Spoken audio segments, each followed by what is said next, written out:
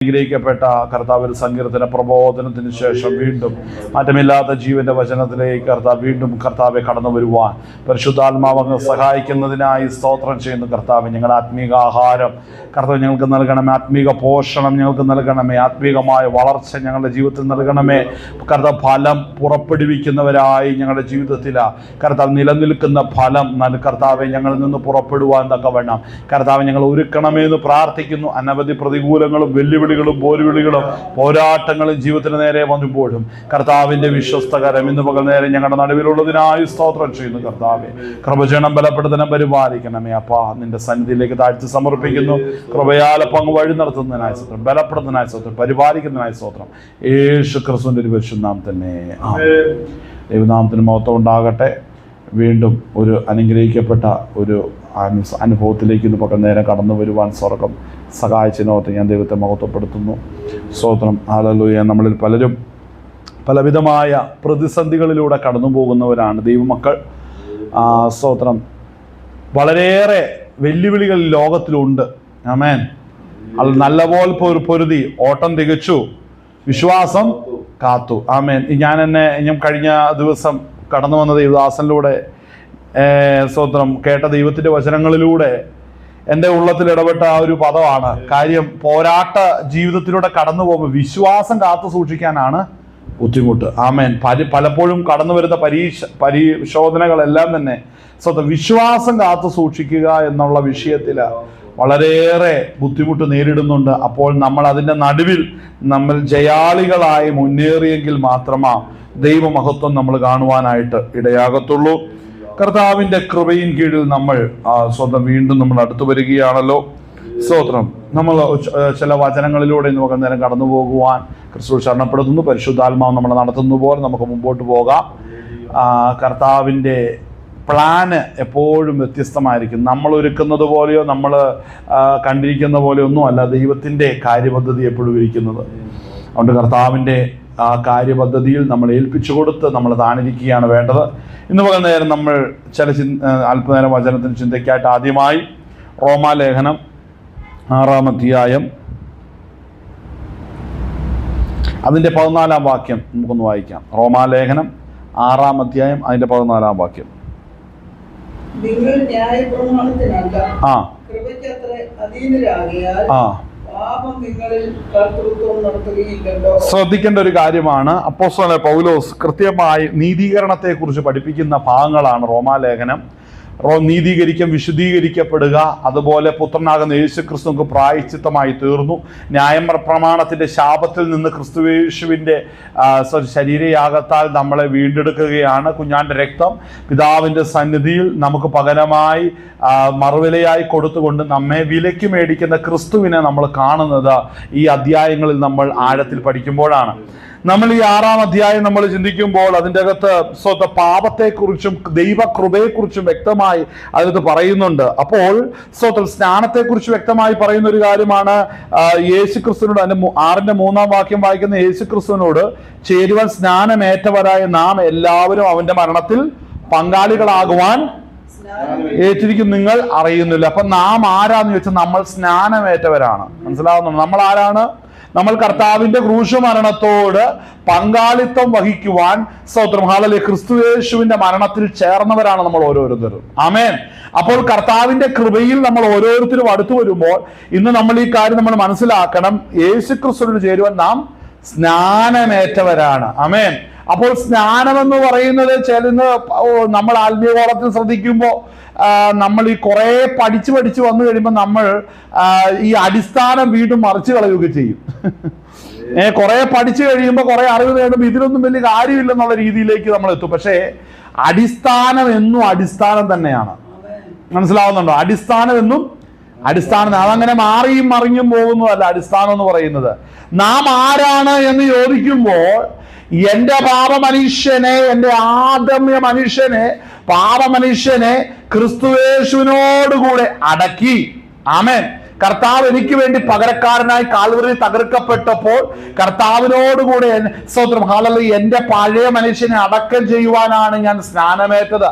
അപ്പോൾ എന്റെ പഴയ മനുഷ്യനെ എന്നിൽ നിന്ന് ഉരിഞ്ഞു കളയുവാൻ ഇടയായി തീർന്നു. ആമേൻ. അപ്പോൾ ആ പാപ മനുഷ്യനെ ക്രിസ്തുവേശുവിന്റെ കൂടെ അടക്കം ചെയ്യുന്ന ആ ശുശ്രൂഷയുടെ പേരാണ് സ്നാനം. അപ്പോൾ സ്നാനം എന്ന് പറയുന്ന കാര്യം അത് സ്തോത്രം അത് നിസ്സാരമായി കാണരുത്. കാര്യം ഇന്ന് രക്ഷിക്കപ്പെടാത്ത വലിയ ഒരു ജനം സ്നാനത്തിനെതിരാണ്.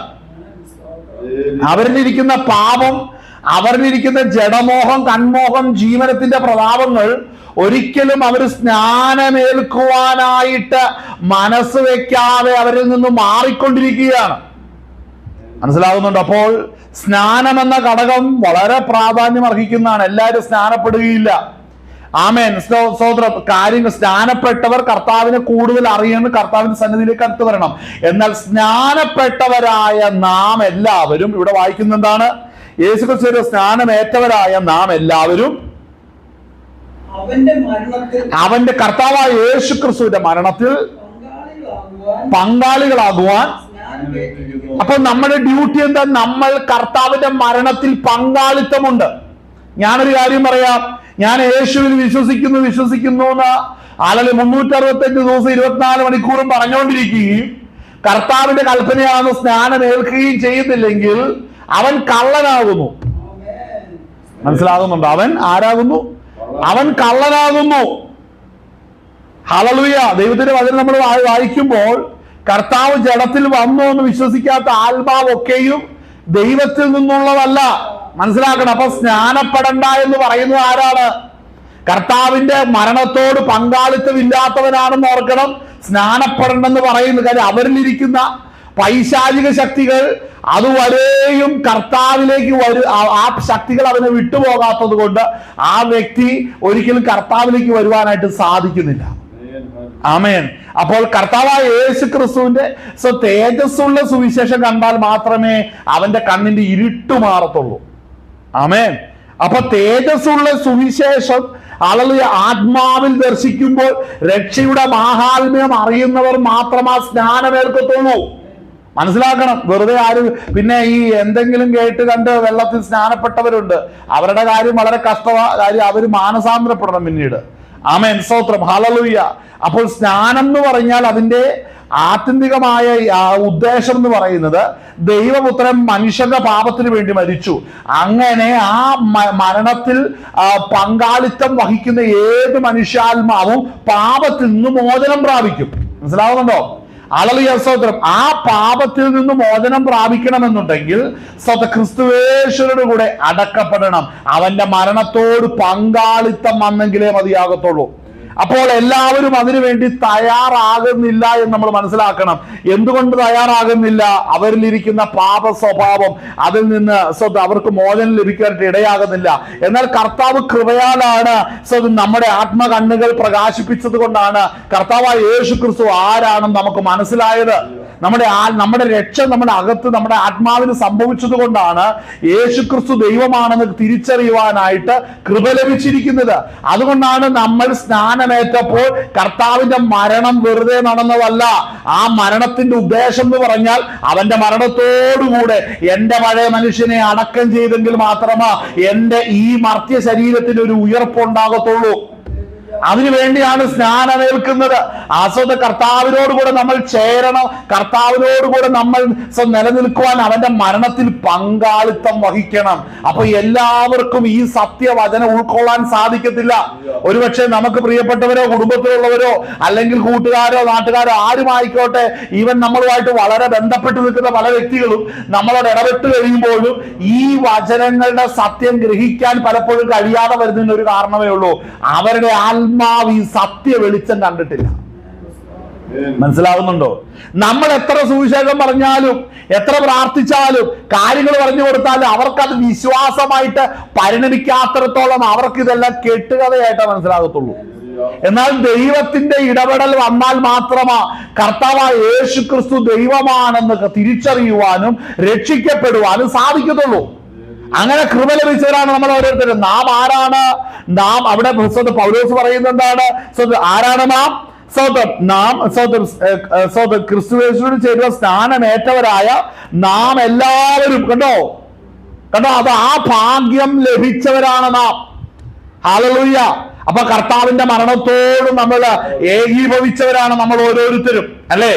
ഹല്ലേലൂയ. നമ്മൾ ഈ ഭാഗം വായിക്കുമ്പോൾ യോഹന്നാൻ എഴുതിയ ലേഖനം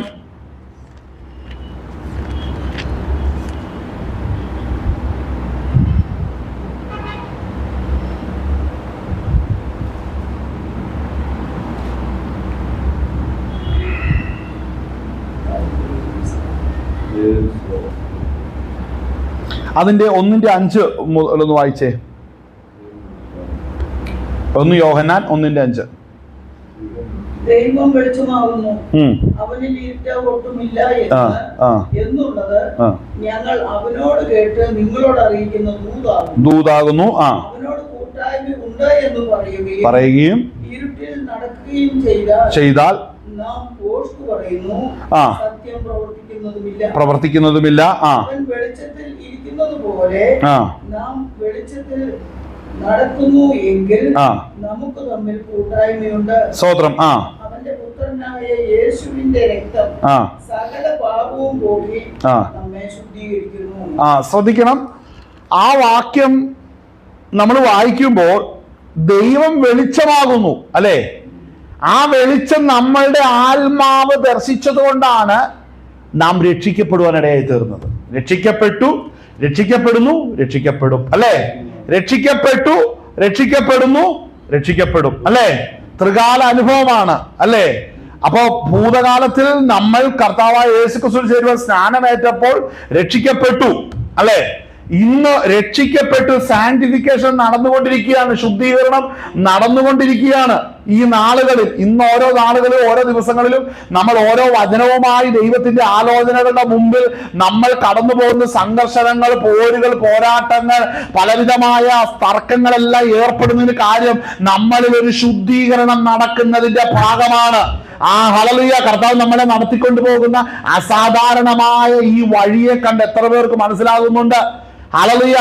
നമ്മൾ മനസ്സിലാക്കുന്ന, രക്ഷിക്കപ്പെടാതെ ജീവിക്കുന്ന അവർക്കാർക്കും ഇല്ലാത്ത പ്രശ്നങ്ങൾ നിങ്ങൾ നേരിടുന്നുണ്ടെങ്കിൽ, അവർക്കാർക്കും സ്തോത്രം ഹല്ലേലൂയ നേരിടാത്ത പ്രയാസങ്ങളും കഷ്ടതകളും ജീവിതത്തിൽ നിങ്ങൾ ഇപ്പോൾ നേരിടുന്നുണ്ടെങ്കിൽ മനസ്സിലാക്കണം, നിങ്ങളിൽ എന്തോ വ്യത്യാസം സംഭവിച്ചിട്ടുണ്ട്. നിങ്ങൾക്ക് വലിയൊരു ക്രിയ നടന്നിട്ടുണ്ട്, വലിയൊരു ജനറേഷൻ നടന്നിട്ടുണ്ട്. മനസ്സിലാക്കണം, അത് നിങ്ങൾ ആത്മാവിൽ ജനിച്ചത് കൊണ്ടാണ്. അപ്പോൾ സാങ്ക്ടിഫിക്കേഷൻ നടക്കുക, ശുദ്ധീകരണം നടക്കുക എന്ന് പറയും. നിങ്ങളുടെ ആത്മാവ് വിശുദ്ധീകരിക്കപ്പെടുന്നതിന് വേണ്ടി നിങ്ങളുടെ ജഡമനുഷ്യൻ നടന്നു പോകുന്ന ചില ജീവിതാനുഭവങ്ങളിലൂടെ അകമേയുള്ള മനുഷ്യൻ ശുദ്ധീകരിക്കപ്പെടുകയാണ്. അതിനൊക്കെ നിങ്ങളെ ബലപ്പെടുത്തുന്നത് അത്ഭുത പ്രകാശം തന്നെയാണ്. ആ അത്ഭുത പ്രകാശം നിങ്ങൾ കണ്ടപ്പോൾ നിങ്ങൾ കർത്താവിന് വേണ്ടി സ്റ്റെപ്പുകളെ വെക്കുവാൻ ഇടയായി തീർന്നു. പലതും ജീവിതത്തിൽ ഓടേണ്ട, അല്ലെങ്കിൽ പലതും സമ്പാദിക്കേണ്ട, അല്ലെങ്കിൽ പലതും നേടേണ്ട ഒരു കാലഘട്ടത്തിൽ അതൊന്നും വേണ്ടെന്ന് വെച്ച് ആർക്കും മനസ്സിലാകാത്ത ചില കാര്യങ്ങൾക്ക് വേണ്ടി സമയവും ആരോഗ്യവും സമ്പത്തും ചിലവിടുന്നുണ്ടെങ്കിൽ മനസ്സിലാക്കണം, അത് നിങ്ങൾക്ക് എന്തെങ്കിലും പ്രശ്നമുള്ളത് കൊണ്ടല്ല. ആർക്കും മനസ്സിലാകാത്തൊരു ട്രാക്കിൽ ദൈവം നിങ്ങളെ വെച്ചിട്ടുണ്ട്. മനസ്സിലാകുന്നുണ്ട്? ആർക്കും മനസ്സിലാകാത്തൊരു ട്രാക്കിൽ സ്വർഗത്തിലെ ദൈവം നിങ്ങളെ വെച്ചിട്ടുണ്ട്. ആ ട്രാക്കിലൂടെ നിങ്ങളെ നടത്തുന്നത് സത്യ വെളിച്ചമാണ്. ആമേൻ. ഹല്ലേലൂയ. ദൈവം വെളിച്ചമാകുന്നു, അവനിൽ ഇരുട്ട്. ശ്രദ്ധിക്കണം, അവനിൽ ഇരുട്ടൊന്നുമില്ല, ഒട്ടുമില്ല. നമ്മൾ ഈ ഇരുട്ട് നമ്മുടെ ജീവിതത്തിൽ നിന്ന് വലിച്ചു കളയുന്ന സാങ്ക്ടിഫിക്കേഷൻ ആണ് ഇപ്പൊ നടന്നുകൊണ്ടിരിക്കുന്നത്. പലയിടത്തും മറഞ്ഞു ഒളിഞ്ഞു കിടക്കുന്ന പല വിധത്തിലുള്ള ഇരുട്ടുകൾ. എന്നാൽ ഞാൻ ഒരു കാര്യം ചോദിക്കട്ടെ, തിരിഞ്ഞൊന്ന് പുറകോട്ട് നോക്കിക്കേ. ഏതൊക്കെ സ്വഭാവത്തിൽ നിന്ന് മാറ്റം വന്നിട്ടുണ്ട്? ഏതൊക്കെ സ്വഭാവം നിങ്ങളുടെ ജീവിതത്തിൽ മാറിയിട്ടുണ്ട്? ഏതൊക്കെ അവസ്ഥകളിലൂടെ നിങ്ങൾ കടന്നുപോയിട്ടുണ്ടോ? മനസ്സിലാക്കണം, അതിന്റെ എല്ലാം പിന്നിൽ എന്റെ ദൈവത്തിനൊരു പദ്ധതി ഉണ്ടായിരുന്നു. മനസ്സിലാക്കേണ്ടതൊന്നും വെറുതെ സംഭവിച്ചതല്ല. ചിലർ പറയും ഇതൊക്കെ സാധാരണ, ഓർഡിനറി അല്ല. അല്ലെങ്കിൽ നീ വീണ്ടും ജനിച്ചപ്പോൾ നീ ലോകത്തിന് വിപരീതമായി തീർന്നു. നീ ലോകത്തിന് എക്സ്ട്രാ ഓപ്പോസിറ്റ് ആയി തീർന്നിരിക്കുകയാണ്. നിന്നിൽ പരിശുദ്ധാത്മാവ് നിന്നെ നടത്തുമ്പോൾ അല്ലെങ്കിൽ നീ നേരിടുന്ന പ്രയാസങ്ങൾ, ഞാനൊരു കാര്യം പറയാം കേട്ടോ, നമ്മൾ ഈ ആത്മാവിൽ നടത്തപ്പെടുമ്പോഴേ ആദ്യ സമയത്തൊക്കെ നമുക്ക് സഹിക്കാൻ കഴിയാത്ത വേദനകളും ദുഃഖങ്ങളൊക്കെ കൊണ്ട് നമ്മുടെ ഉള്ളവങ്ങ് കണ്ണീരിനാൽ നിറയുന്ന ചില അനുഭവങ്ങളുണ്ട്.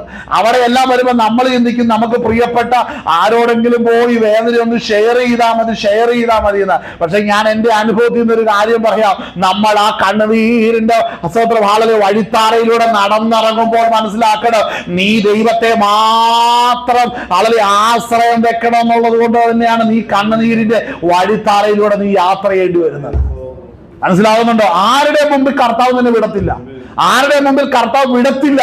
ഒരുപക്ഷെ നിന്റെ ഒരു കൂട്ടുകാരനെ വളരെ ഹൃദയത്തോട് ചേർന്നിരിക്കുന്ന ഒരു കൂട്ടുകാരനോടാകാം, ഒരുപക്ഷെ സ്വന്തം മാതാപിതാക്കന്മാരോടാകാം, സഹോദരങ്ങളോടാകാം, സഹോദരിമാരോടാകാം, അങ്ങനെ പ്രിയപ്പെട്ടത് എന്ന് പേര് പറയുന്ന പലരെയും കണ്ടു കഴിയുമ്പോൾ ഉള്ളത്തിനൊരു ആശ്വാസം കിട്ടും. ശരി തന്നെയാണ്. പക്ഷെ ആ ആശ്വാസവും ചില നേരത്ത് കിട്ടാതെ വണ്ണം അവരിൽ നിന്നും പ്രതികൂല അനുഭവങ്ങൾ വരുന്നുണ്ടെങ്കിൽ മനസ്സിലാക്കിക്കോണോ, നീ ദൈവത്തിൽ ആശ്രയിക്കേണ്ട സമയം അടുത്തിരിക്കുകയാണ്. മനസ്സിലായോ? ദൈവത്തിൽ ആശ്രയിക്കേണ്ട സമയം അടുത്തിരിക്കുകയാണ്. അതുകൊണ്ടാണ് കർത്താവ് ഇങ്ങനെ വ്യത്യസ്തമായി നിന്നെ കൊണ്ടുപോകുന്നത്. അല്ലാതെ നിനക്ക് പ്രശ്നം ഉണ്ടായത് കൊണ്ടല്ല. നിന്നെ ഉപദേശിക്കുന്നവർ, ഞാനൊരു കാര്യം പറയാം, നിന്നെ ഉപദേശിക്കുന്നവര് പലരും നിന്റെ അടുക്ക വന്ന് നിന്നെ ഉപദേശിക്കുന്ന ഉപദേശം കേട്ടാ തോന്നുന്നു നിന്നെ ഉപദേശിക്കുന്നവരല്ല എല്ലാ അനുഭവത്തിലൂടെ പോയതാണ്. ഒരു മുറിവേക്കാത്ത നിന്നെ നോക്കിക്കൊണ്ടും പറയും, അല്ലെങ്കിൽ നീ ചങ്ക് പുലർന്നിരിക്കുമ്പോഴൊന്നും സാരമില്ലെന്നേ, കുഴപ്പമില്ലെന്നേ എന്ന് പറയും. നിന്നെ ആശ്വസിപ്പിക്കുന്ന എത്ര പേർക്ക് ആ അനുഭവമുണ്ട്? നീ അനുഭവിക്കുന്ന മുറിവ് എത്ര പേർക്ക് അനുഭവമുണ്ട്? എത്ര പേർക്കുണ്ടെന്ന് പറഞ്ഞേ. നിന്നെ ആശ്വസിപ്പിക്കുന്ന എത്ര പേർക്ക് നീ അനുഭവിച്ചുകൊണ്ടിരിക്കുന്ന വേദനയും മുറിവും അനുഭവമുണ്ട്?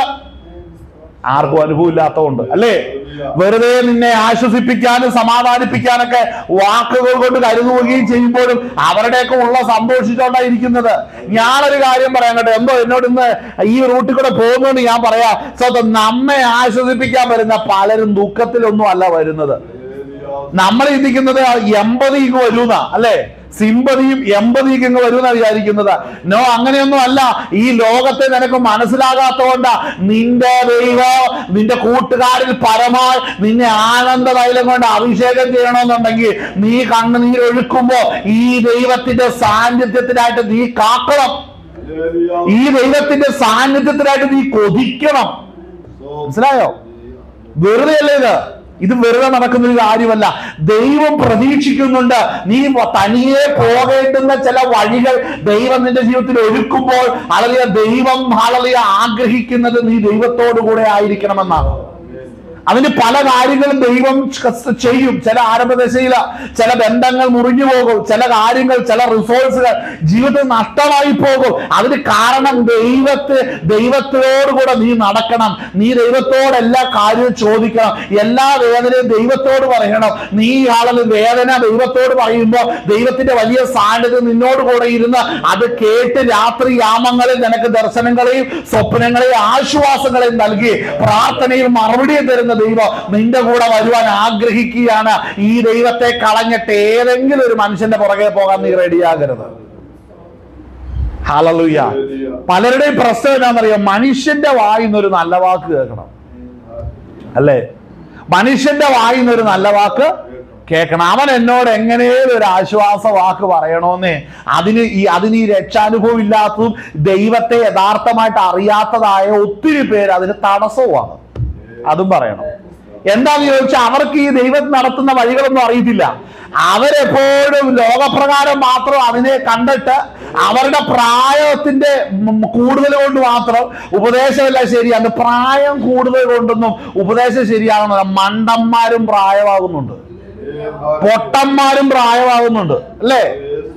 അതുകൊണ്ട് ദൈവകൃപയിൽ ഇരിക്കുന്നവനാണോ എന്ന് പരിശോധിക്കണം. ഹല്ലേലൂയ. മണ്ടന്മാരും പ്രായമാകുന്നുണ്ട്, പൊട്ടന്മാരും പ്രായമാകുന്നുണ്ട് ഇല്ലേ? പ്രായം ഒരു നിന്നെ മാനദണ്ഡമല്ല, ദൈവത്തിന്റെ കൃപ നിന്നിലുണ്ടോ എന്ന് നോക്കണം. പ്രായമായിരിക്കുന്ന ഒരു അപ്പച്ചൻ അപ്പുറത്തെ മുറി കിടപ്പുണ്ട്, പേര് ഏലി അല്ലേ, ശുശ്രൂഷയാ. പക്ഷേ ശമൂവേലേ എന്ന് വിളിച്ചപ്പോ ഹല്ലേലൂയ. മനസ്സിലാക്കണം, ഈ സ്തോത്രം ഏലിയുടെ പുത്രന്മാരെ അറിഞ്ഞില്ല.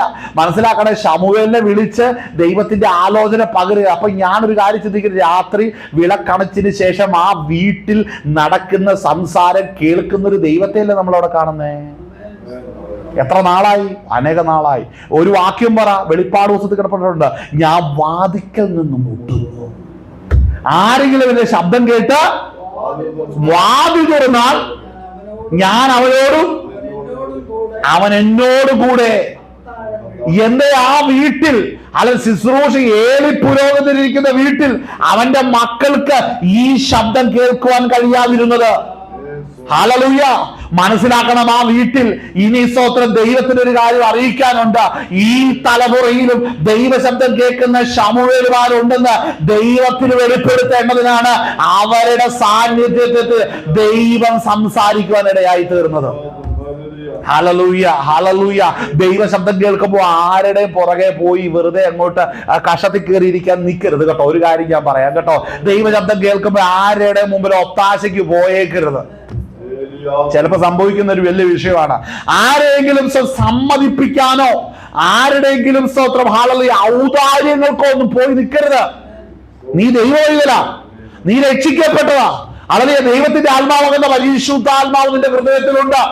നീ സ്നാനമേറ്റപ്പോൾ ദൈവത്തിന്റെ കഷ്ടാനുഭവങ്ങളോട് ചേർന്നവനാണ് നീ. നിന്നെ പേര് കൊണ്ട് ദൈവം വിളിച്ചിട്ടുണ്ടെങ്കിൽ നീ ആരോടാ ഇതിന്റെ വ്യാഖ്യാനം ചോദിക്കാൻ പോകുന്നത്? ആരോടാ ചോദിക്കാൻ പോകുന്നത്? നിന്നെ ദൈവം വിളിച്ച് വേർതിരിച്ചാൽ വിളിയില്ലാത്തവന്റെ വീട്ടിന്റെ ഷെൽഫിലിരിക്കുന്ന കമന്ററികൾക്ക് ഈ ദൈവശബ്ദത്തിന് മറുപടി കൊടുക്കാൻ പറ്റത്തില്ലെന്നേ. പിടികിട്ടിയാ പറഞ്ഞ എന്നാന്ന്? ഹല്ലേലൂയ. സ്തോത്രം. പ്രവാചകൻ അവിടെ ഉണ്ടെങ്കിൽ ദൈവശബ്ദം കേട്ടിരിക്കും. പ്രവാചകനെ വിളിച്ച് വേർതിരിക്കുമ്പോൾ കേൾക്കുന്ന ദൈവശബ്ദം എന്തെന്ന് ഹല്ലേലൂയ. അതിന്റെ പൊരുളിരിക്കാൻ അവിടെ പ്രാപ്തിയുള്ള ഒരെണ്ണമില്ല. പ്രായം നോക്കിയ അപ്പൂപ്പനപ്പുറത്തിരിപ്പുണ്ട്, അങ്ങേരോട് ചോദിച്ചിട്ട് കാര്യമില്ല. മനസ്സിലായോ? മണ്ടന്മാരും പ്രായമാവും, അഭക്തന്മാരും പ്രായമാവും. മനസ്സിലാവുന്നത്? അനുസരണം കെട്ടവരും പ്രായമാവും. ഉറങ്ങല്ലേ? സ്തോത്രം. ഹല്ലേലൂയ. സ്തോത്രം. വായിച്ചേ.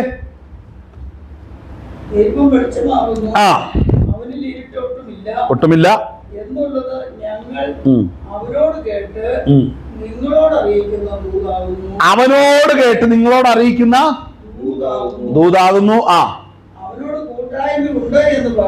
അവനോട് കൂട്ടായ്മയുണ്ട് എന്ന് പറയുകയും ഇരുട്ടിൽ നടക്കുകയും ചെയ്താൽ അടുത്തത്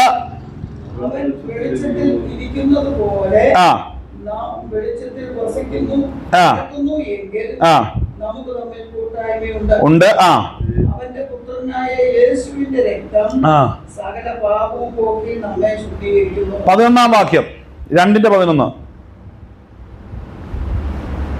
സഹോദരനെ പകയ്ക്കുന്നവനോ ഇരുട്ടിൽ നടക്കുന്നു. കണ്ട, ആരാ ഇരുട്ടിലിരിക്കുന്നേ? ആരാ ഇരുട്ടിൽ നടക്കുന്നത്? എന്തുകൊണ്ടാ? അതിന് ഉത്തരവാണ് നമ്മൾ വായിച്ച റോമാലേഖനത്തിന്റെ കണ്ടത്. ആരാണ്? ക്രിസ്തുയേശുവിൽ ചേരുവാൻ സ്നാനമേറ്റവരായ നാം എല്ലാവരും. കണ്ടോ? അപ്പോ സ്തോത്രം, കൃപയിലിരിക്കുന്ന സ്തോത്രം ഹല്ലേലൂയ സഹോദരങ്ങൾ എന്നെ പോലെ തന്നെ കർത്താവിന്റെ മരണത്തോട് പങ്കാളിത്തം വഹിച്ചവരാണ്. അവരോട് എതിർക്കാനും പഴിക്കാനും ദൂഷിക്കുവാനും എനിക്ക് പ്രമാണമുണ്ടോ? ഉണ്ടോ? ഇല്ല. അവിടെ നോക്കണം, സഹോദരനെ പകയ്ക്കുന്നവനോ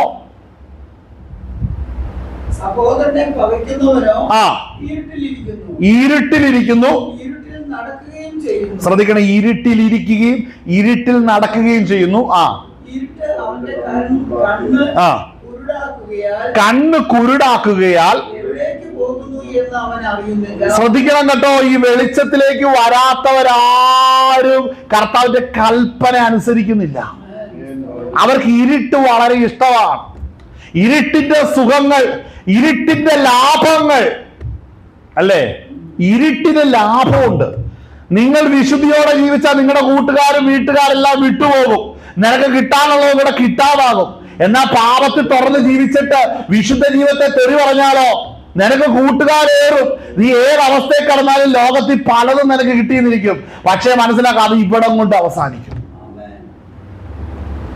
നമ്മള് തെളിയിക്കുന്നത് എത്രയാ?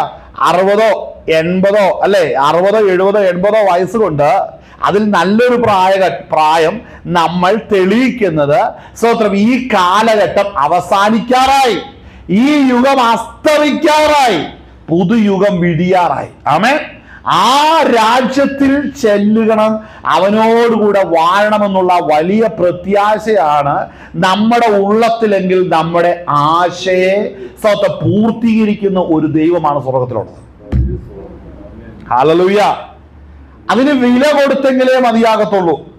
ആമേൻ. ഹല്ലേലൂയ. വായിച്ചേ. സഹോദരനെ പകയ്ക്കുന്നവനോ ഇരുട്ടിലിരിക്കുന്നു. ഓക്കെ. അവന്റെ കണ്ണ് കുരുടാക്കുകയാൽ എവിടേക്ക് പോകുന്നു എന്ന് അവൻ അറിയുന്നില്ല. എവിടേക്ക് പോകുന്നു എന്ന് അറിയുന്നില്ല. കുഞ്ഞുങ്ങളെ, നിങ്ങൾക്ക് അവന്റെ നാമനിമിത്തം ഞാൻ നിങ്ങൾക്ക് എഴുതുന്നു. ശ്രദ്ധിക്കണം കേട്ടോ കുഞ്ഞുങ്ങളെ, നിങ്ങൾക്ക് അവന്റെ നാമനിമിത്തം പാപങ്ങൾ മോചിച്ചിരിക്കുകയാണ്. കണ്ടോ, സ്നാനമേറ്റപ്പോൾ അവന്റെ മരണത്തോട് നമ്മൾ പങ്കാളികളായി തീർന്നു. അപ്പോൾ എന്ത് സംഭവിച്ചു? ഇവിടെ എന്താണ് ഇവിടെ വായിക്കുന്നത്? പാപങ്ങൾ മോചിക്കപ്പെട്ടു. അപ്പോൾ പാപങ്ങൾ മോചിക്കപ്പെടുവാനായിട്ട് ഇരുട്ടിലിരിക്കുന്നവർക്ക് ആഗ്രഹം വരത്തില്ല ഒരിക്കലും. അതുകൊണ്ടാണ് നമ്മൾ സത്യവചനം പറഞ്ഞാലും എത്ര കേട്ടാലും എത്ര നാൾ കഴിഞ്ഞാലും അവർ രക്ഷിക്കപ്പെടാതിരിക്കുന്നതിനുള്ള കാരണം ഇതാണ്. അവർക്ക് വെളിച്ചത്തെക്കാൾ താല്പര്യവും സുഖവും ഇരുട്ടിലാണ്. മനസ്സിലാകുന്നുണ്ടോ? അതുകൊണ്ടാണ് പല പല പല പല പുരോഹിതന്മാരെയും പഠിച്ചു കഴിഞ്ഞിട്ടുണ്ടെങ്കിൽ ബൈബിളിലെ സത്യമൊക്കെ അറിയാം, പക്ഷെ എന്നാ വിഷയം? ഈ കുപ്പായം ഊരി കഴിഞ്ഞാൽ പിന്നെ ജീവിക്കാൻ പറ്റത്തില്ല. അത് ശരിയാ. മറ്റത് എന്താ പറയുന്നത്? അരമനയല്ല എവിടെ പറയുന്നത്, അവരുടെ എന്നാ പള്ളിമേടയിൽ സുഖമായിട്ട് തീറ്റയും കുടിയും. അത് കഴിഞ്ഞിട്ട് പിന്നെ ഇവിടെ വന്നിട്ട് ഒരു കാഴ്ചപ്പുറത്തുള്ള ഒരു ആരാധന നടത്തി പോയാൽ കൈ മറിച്ച് കാശ് എന്തിനും നടത്താൻ, ഏത് വഴിക്കും പോകാം, ഏത് വിധത്തിൽ നിൽക്കാം. അങ്ങനെയൊന്നും ദൈവത്തിന്റെ വചനം പറയുന്നില്ല. ജീവന്റെ വചനം അനുസരിച്ച് ജീവിച്ചു കഴിഞ്ഞാൽ ജീവിതത്തിൽ കഷ്ടതകളുണ്ട്, പരിശോധനകളുണ്ട്, പരീക്ഷകളുണ്ട്. അതിലൂടെ കടന്നു പോകുമ്പോൾ ക്രിസ്തുവിന് തുല്യമായി നീ തീരുന്നതിനാണ് ദൈവം നിന്നെ വിളിച്ചു വേർതിരിച്ചിരിക്കുന്നത്. അപ്പോൾ അങ്ങോട്ടൊന്നും പോകണ്ടെന്ന് കാണാൻ ഒറ്റ വഴിയേ ഉള്ളൂ, സ്നാനം തെറ്റാന്നെന്ന് പറയുക. അതായത് ഈ ആയുസ്സിൽ അങ്ങ് സുഖിക്കുക എന്നുള്ളതാണ് ഉദ്ദേശം. ഈ ആയുസ്സിൽ ഇരുട്ടിലിരിക്കുന്നവരെ ദുഃഖിപ്പിക്കാതെ നിത്യ ഗന്ധത്തെ തീപ്പൊയ്യിൽ സമാധാനത്തോടെ തള്ളിവിടുന്നവരാണ് ഈ കൂട്ടര്. മനസ്സിലാവുന്നുണ്ടോ? ആളുകൾ എന്തുകൊണ്ടാണ് ഇത് സംഭവിക്കുക? സത്യവചനം പറയേണ്ടവർ അത് പറയുന്നില്ല. വ്യാജത്തിന്റെ പിന്നിൽ നിന്നുകൊണ്ട് സത്യത്തിന് എതിരെ പ്രവർത്തിക്കുകയും പറയുകയും ചെയ്യുന്ന ഒരു കൂട്ടം പേര് ഇന്ന് സത്യത്തിന് വിരോധമായിട്ട് നിൽക്കുന്നുണ്ട്. ഹല്ലേലൂയ. അവര് സ്നാനത്തിനെതിരാണ്. ഹല്ലേലൂയ. സ്നാനത്തിനെതിരാണ്. ഒരിക്കൽ പോലും സത്യം അവർ പറയില്ല. ഞാൻ ചിന്തിക്കുന്ന ഒരു കാര്യമുണ്ട്. പുറകോട്ടൊന്ന് തിരിഞ്ഞു നോക്കുമ്പോ ഒരു ദീർഘകാലഘട്ടത്തിൽ വളരെ ഒരു ഈ അച്ഛന്മാരുടെയും പുരോഹിതന്മാരുടെയും വലിയൊരു നീണ്ട നിര കണ്ടിട്ടുണ്ട്. അവരുടെ ഒന്നും വായിന്ന് അവരുടെ ജീവൻ പോയാലും അവര് സത്യം പറയില്ലായിരുന്നു. അല്ലേ? ഇവരൊക്കെ എന്നതാ പ്രസംഗിക്കുന്നത് ചിലപ്പോ ചിന്തിച്ചു പോയി. ഹല്ലേലൂയ. എന്താ ഇവര് പറയുന്നേ? ഇവരെന്താ ചെയ്യുന്നത്? ഹല്ലേലൂയ. അങ്ങനെ അനേകർ വഞ്ചനയുടെ ആത്മാവിൽ നടക്കുകയാണ്. ആർക്കും മനസ്സിലാകുന്നില്ല വഞ്ചനയുടെ ആത്മാവ് എങ്ങനെയാണെന്ന്. ആമേൻ. വായിച്ചാട്ടെ. കുഞ്ഞുങ്ങളെ, നിങ്ങൾക്ക് അവന്റെ നാമനിമിത്തം പാപങ്ങൾ മോചിച്ചിരിക്കുകയാണ്. ശ്രദ്ധിക്കണം കേട്ടോ. നമ്മൾ ആദ്യം വായിച്ച വാക്യം ഏതാന്ന് ഓർക്കുന്നുണ്ടോ? റോമർ 6:14. നിങ്ങൾ ന്യായപ്രമാണത്തിലെ കൃപയ്ക്കത്രേ അധീനരാകിയാൽ പാപം നിങ്ങളിൽ കർത്തൃത്വം നടത്തുകയില്ലല്ലോ എന്ന് പറഞ്ഞ എന്താണ്? കൃപയുടെ കീഴിലായിരിക്കുന്നവൻ ആ ഒരു വ്യക്തിയാണെങ്കിൽ പാപത്തിന്റെ ശക്തി അവനിൽ പ്രവർത്തിക്കത്തില്ല. അപ്പോൾ നമ്മുടെ സാക്ഷ്യം എന്താ? സ്തോത്രം. കർത്താവായ യേശു ക്രിസ്തുവിന്റെ രക്തത്താൽ എനിക്ക് പാപത്തിൽ നിന്ന് മോചനം ലഭിച്ചു, ആകയാൽ മക്കളെന്ന അവകാശം ലഭിച്ചപ്പോൾ ഇവിടെ യോഹന്നാൻ അപ്പോസ്തലൻ വിളിച്ചു പറയുന്നു, കുഞ്ഞുങ്ങളെ, അവന്റെ രക്തം മുഖാന്തരം. അങ്ങനെയല്ല വായിക്കുന്നില്ല. അവിടെ വായിക്കുന്നു, കുഞ്ഞുങ്ങളെ, നിങ്ങൾ അവന്റെ നാമനിമിത്തം പാപങ്ങൾ മോചിച്ചിരിക്കാൻ ഞാൻ നിങ്ങൾക്ക് എഴുതുന്നു. അപ്പോൾ നമ്മൾ ആരാണ്? കർത്താവിന്റെ കൃപയാൽ പാപങ്ങൾ മോചിക്കപ്പെട്ടവരാണ്. നാം ദൈവകൃപയിലായിരിക്കുമ്പോൾ പാപത്തിന്റെ ശക്തി നമ്മുടെ മേൽ ഇനി വരികയില്ല. കൃപയിൽ ഇരിക്കുന്നവനെ സംബന്ധിച്ച് അവന്റെ ഉള്ളം ദൈവസന്നിധിയിൽ സന്തോഷിച്ചുകൊണ്ടിരിക്കും. അതുകൊണ്ട് നിങ്ങളോടൊരു കാര്യം ഇന്ന് പകർന്നേരം പറയാൻ ഉപദേശിക്കുകയാണ്. ഹല്ലേലൂയ, നിങ്ങൾ ദൈവകൃപയിലാണോ ഇരിക്കുന്നതെന്ന് വ്യക്തിപരമായിട്ട് പരിശോധിച്ചോണം.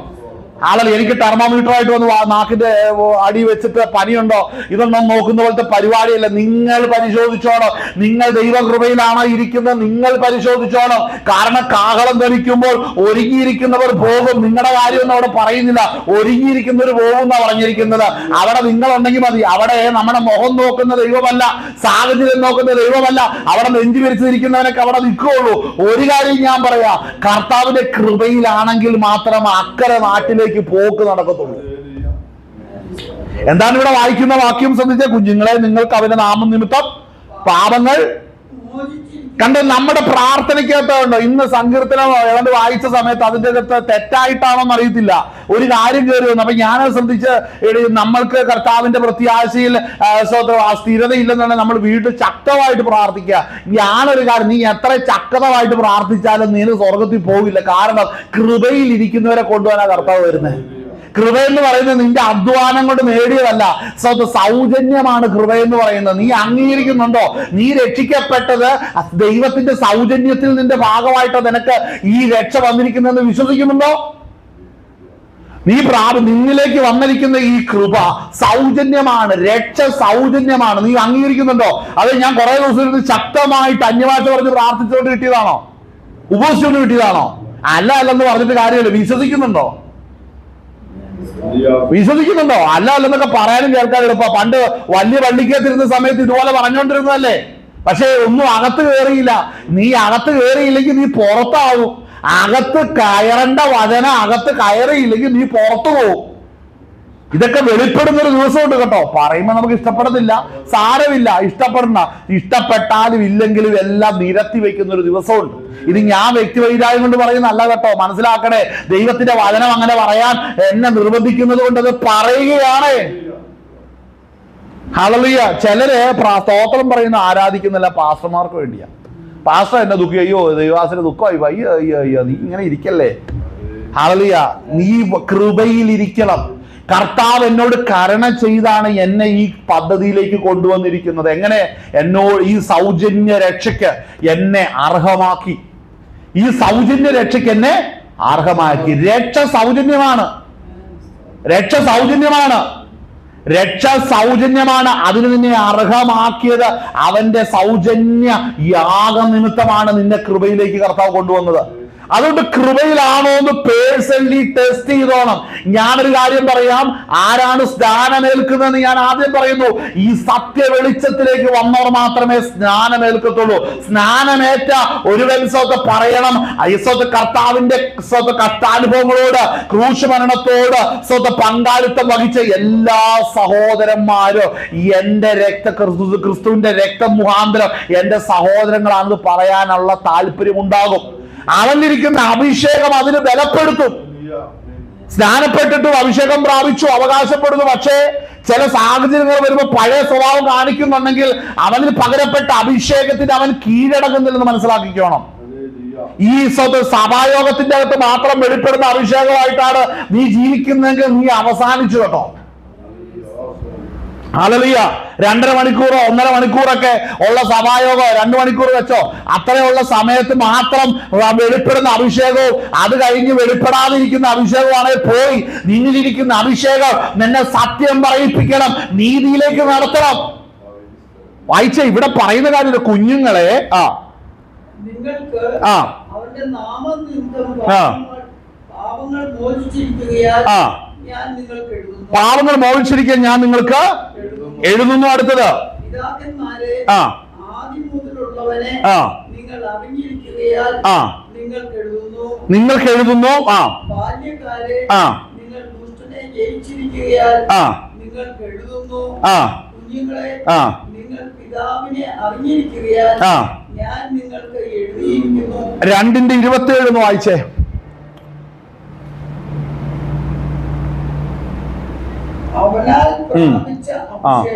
അവനാൽ പ്രാപിച്ച അഭിഷേകം നിങ്ങളിൽ വസിക്കുന്നു. ആരും നിങ്ങളെ ഉപദേശിക്കുവാൻ ആവശ്യമില്ല. അപ്പോൾ നമ്മളിലിരിക്കുന്ന അഭിഷേകം നമ്മളെ ഉപദേശിക്കുന്നുണ്ടോ? ഉണ്ടോ? നമ്മളിലിരിക്കുന്ന അഭിഷേകം നമ്മളെ ഉപദേശിക്കുന്നുണ്ടോ? എന്താ ഉപദേശിക്കേണ്ടത്? ഹല്ലേലൂയ! കുഞ്ഞുങ്ങളെ, നിങ്ങൾ പാപങ്ങളെ മോചിച്ചിരിക്കിയാൽ അപ്പോൾ അഭിഷേകം നിനക്ക് ബോധ്യം നൽകും. നീ പാപത്തിൽ നിന്ന് മോചനം ലഭിച്ചവനാണ് എന്നുള്ള ബോധ്യം നിങ്ങൾ പകരപ്പെട്ട അഭിഷേകം നിനക്ക് വെളിപ്പെടുത്തുന്നില്ലെങ്കിൽ ആ പകരപ്പെട്ട അഭിഷേകം നിന്നിലിരിക്കുന്നത് ഏതാന്ന് ശരിക്കും ടെസ്റ്റ് ചെയ്തോണം. നാം പ്രാപിച്ച അഭിഷേകം, ഹല്ലേലൂയ! പിതാക്കന്മാരോട് എന്താ പറഞ്ഞിരിക്കുന്നത്? ആദ്യം മുതലുള്ളവരെ നിങ്ങൾ അറിഞ്ഞിരിക്കാൻ നമ്മളിരിക്കുന്ന അഭിഷേകം, പരിശുദ്ധാത്മാവിന്റെ അഭിഷേകം നമുക്ക് നിത്യനായ സകലത്തെ സൃഷ്ടിച്ചവരാകുന്നവൻ, ഹല്ലേലൂയ സ്തോത്രം, ആദ്യം മുതലുള്ളവരെ വെളിപ്പെടുത്തുന്നുണ്ടോ? ഉണ്ടോ? ഉണ്ടോ? ഞാൻ ഇന്ന് ഇതിന്റെ അകത്തൊക്കെ സഭകളുടെ അകത്ത് കാണുന്നൊരു കാഴ്ച, 2-2.5 മണിക്കൂർ മാത്രം വെളിപ്പെടുന്ന ഒരു അഭിഷേകമുണ്ട്. അതിൽ അല്പനേരം കൈയടിക്കും, സ്തോത്രം പറയും, ഹല്ലേലൂയ സ്തോത്രം, എല്ലാം കഴിഞ്ഞിട്ട് വീട്ടിൽ ചെല്ലും. ഒരു പ്രശ്നം വരുമ്പോൾ സ്തോത്രം, ഹല്ലേലൂയ, ഗോലിയാത്ത് ചാടുന്ന പോലെ ചാടും. ആ അഭിഷേകം കണ്ടിട്ടുണ്ട്. ഒരു പ്രശ്നം വരുമ്പോൾ അതിന്റെ മുമ്പിൽ വല്ലാതെ ശക്തമായിട്ട് പ്രതികരിക്കുന്നവരെ കണ്ടിട്ടുണ്ട്. ഹല്ലേലൂയ! അപ്പോൾ ഏതാ അഭിഷേകം? ഏതാണ് ആ ശക്തി?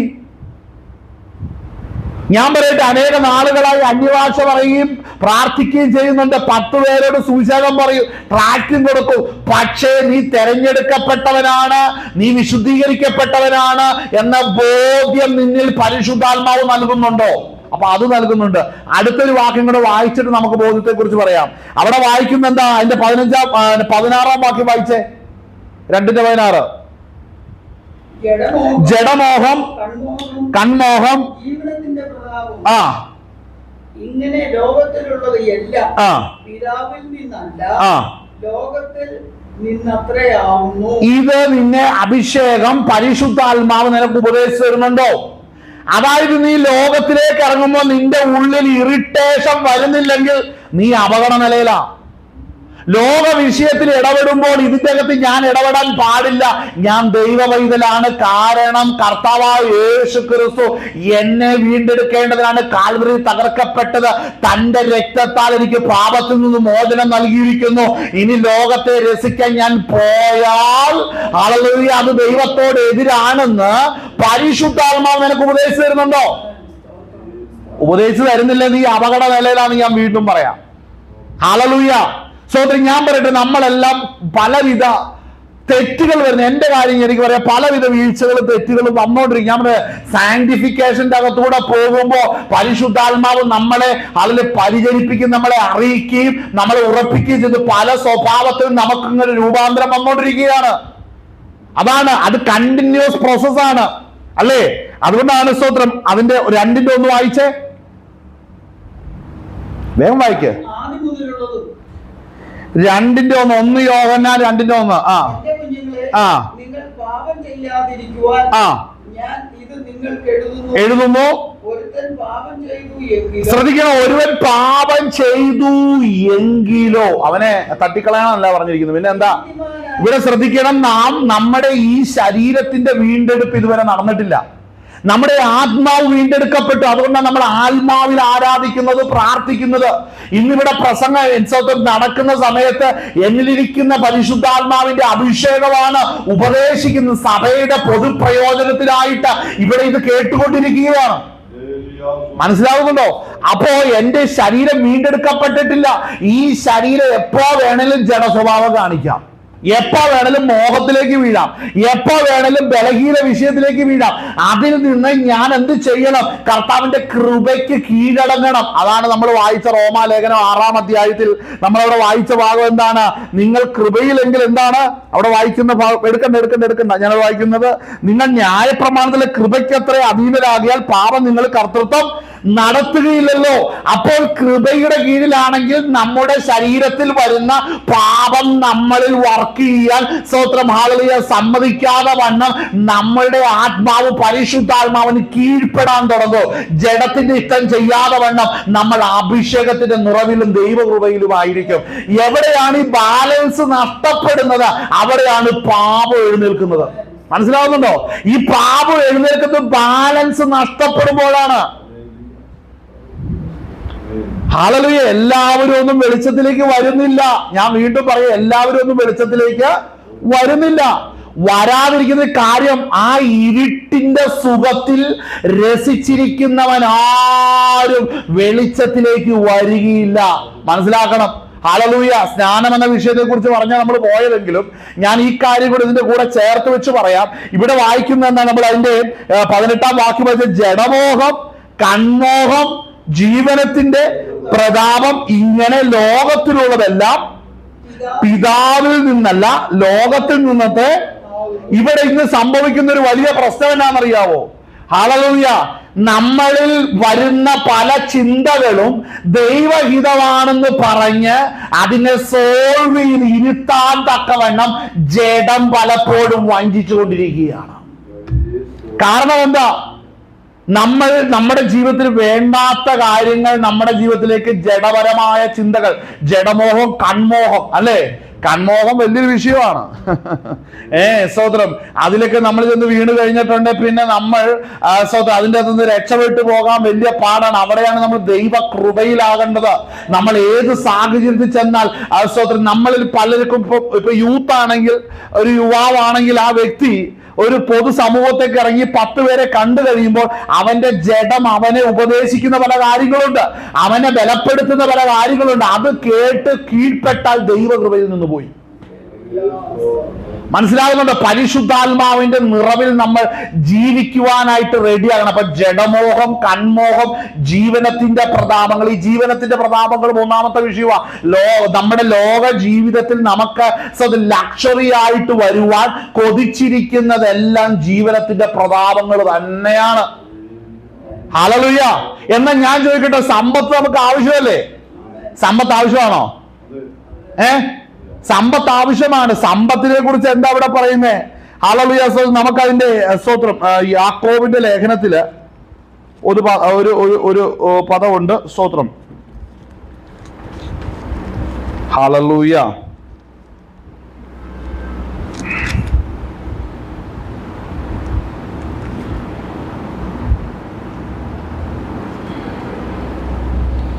ഹല്ലേലൂയ.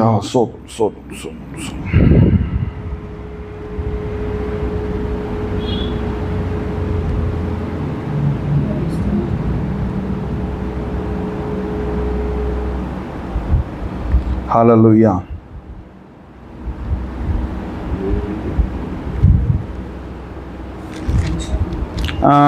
വായിച്ചേ. അതെ, 5-ാം അധ്യായം. വേറൊരു ഭാഗം ഉണ്ടായിരുന്നു. വായിച്ചോ, അത് വായിച്ചേ. വായിച്ചോ. അല്ലയോ ധനവാന്മാരെ, നിങ്ങളുടെ മേൽ വരുന്ന ദുരിതങ്ങൾ നിമിത്തം കരഞ്ഞു മുറയിടുകയും നിങ്ങളുടെ ധനം ദ്രവിച്ചും ഉടുപ്പ് പുഴുവരിച്ചും പോയി നിങ്ങളുടെ പൊന്നും വെള്ളിയും കറ പിടിച്ചു. ആ കറ നിങ്ങളുടെ നേരെ സാക്ഷിയാകും. അത് തീ പോലെ നിങ്ങളുടെ ജഡത്തെ തിന്നുകളയും. അന്ത്യകാലത്ത് നിങ്ങൾ നിക്ഷേപങ്ങളെ ശേഖരിച്ചിരിക്കുന്നു. സ്തോത്രം. അതിന്റെ 2-ാം അധ്യായം, യാക്കോബിന്റെ ലേഖനം 2-ാം അധ്യായം.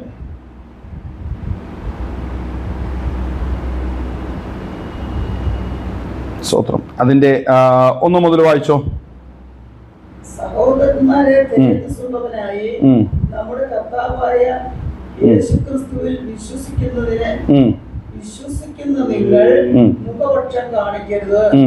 നിങ്ങളുടെ പള്ളിയിൽ മോടിയുള്ള വസ്ത്രം ധരിച്ചും പൊന്മോതിരം ഇട്ടും കൊണ്ട് ഒരുത്തനും മുഷിഞ്ഞ വസ്ത്രം ധരിച്ചൊരു ദരിദ്രനും വന്നാൽ നിങ്ങൾ മോടിയുള്ള വസ്ത്രം ധരിച്ചവനെ നോക്കി ഇവിടെ സുഖേന ഇരുന്നാലും എന്നും ദരിദ്രനോട് നീ നീ അവിടെ നിൽക്കുക, അല്ലെങ്കിൽ എന്റെ പാദപീഠത്തിൽ ഇരിക്കുക എന്നും പറയുന്നു എങ്കിൽ നിങ്ങൾ ഉള്ളിൽ പ്രമാണമില്ലാതെ ന്യായരഹിതമായി ഇരിക്കുന്നവരായില്ലയോ?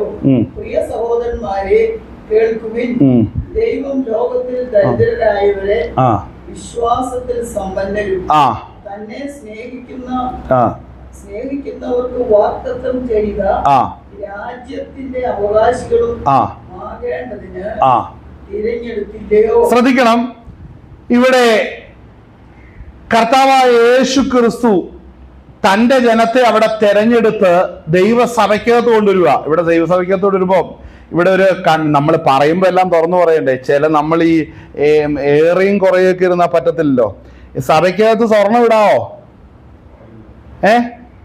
പാടില്ല അല്ലേ? ആ വാക്യം ഒന്നും കൂടെ വായിച്ചേ. 2:2 വായിച്ചേ. നിങ്ങളുടെ പള്ളിയിൽ മോടിയുള്ള വസ്ത്രം ധരിച്ചു. എവിടെ? നിങ്ങളുടെ പള്ളിയിൽ അല്ലേ? അതായത് for if a man comes in to your assembly with a gold ring and in a fine clothes അല്ലേ? അവിടെ വായിക്കുന്നത് നല്ല വസ്ത്രം ധരിച്ച്, പിന്നെ എന്താ അവിടെ ഇരിക്കുന്നത്? മോടിയുള്ള വസ്ത്രം ധരിച്ചും പൊന്മോതിരം. എന്താ? കഴുത്തേലല്ല സ്വോത്രം. പിന്നെ എവിടെയാ? ചെവിയിലല്ല. എവിടെയാ? വിരളേല. മോതിരമാ അല്ലേ? അപ്പൊ ഇടാവോ? നമ്മളെ ഇത് പല കാര്യങ്ങൾ പറയുമ്പോ ഇടാവോ എന്ന് ചോദിച്ചാൽ ഇടിയിക്കാനല്ല പറയുന്നേ. പക്ഷെ ഈ വാക്യം കണ്ടോ? അവിടെ എന്താ വിഷയം? അവിടെ വേർതിരിവ് കാണിക്കരുത്, വേർതിരിവ് കാണിക്കരുത്. അതാണ് വിഷയം. നമ്മുടെ സഭയ്ക്കകത്ത് വേർതിരിവ് കാണിക്കുന്നില്ലല്ലോ. ഉണ്ടോ? സഭകളുടെ അകത്ത് എനിക്കറിയാവുന്ന മിക്ക പണമുള്ളവരും ഒക്കെ പലരും വേർതിരിവ് കാണിക്കാതെ ജീവിക്കുന്ന ഒത്തിരി പേരെ കണ്ടിട്ടുണ്ട്. വേർതിരിവ് കാണിച്ച് എല്ലാ വൃത്തികേടിലും ജീവിക്കുന്നവരുണ്ട്. രണ്ടും ഉണ്ട് കേട്ടോ.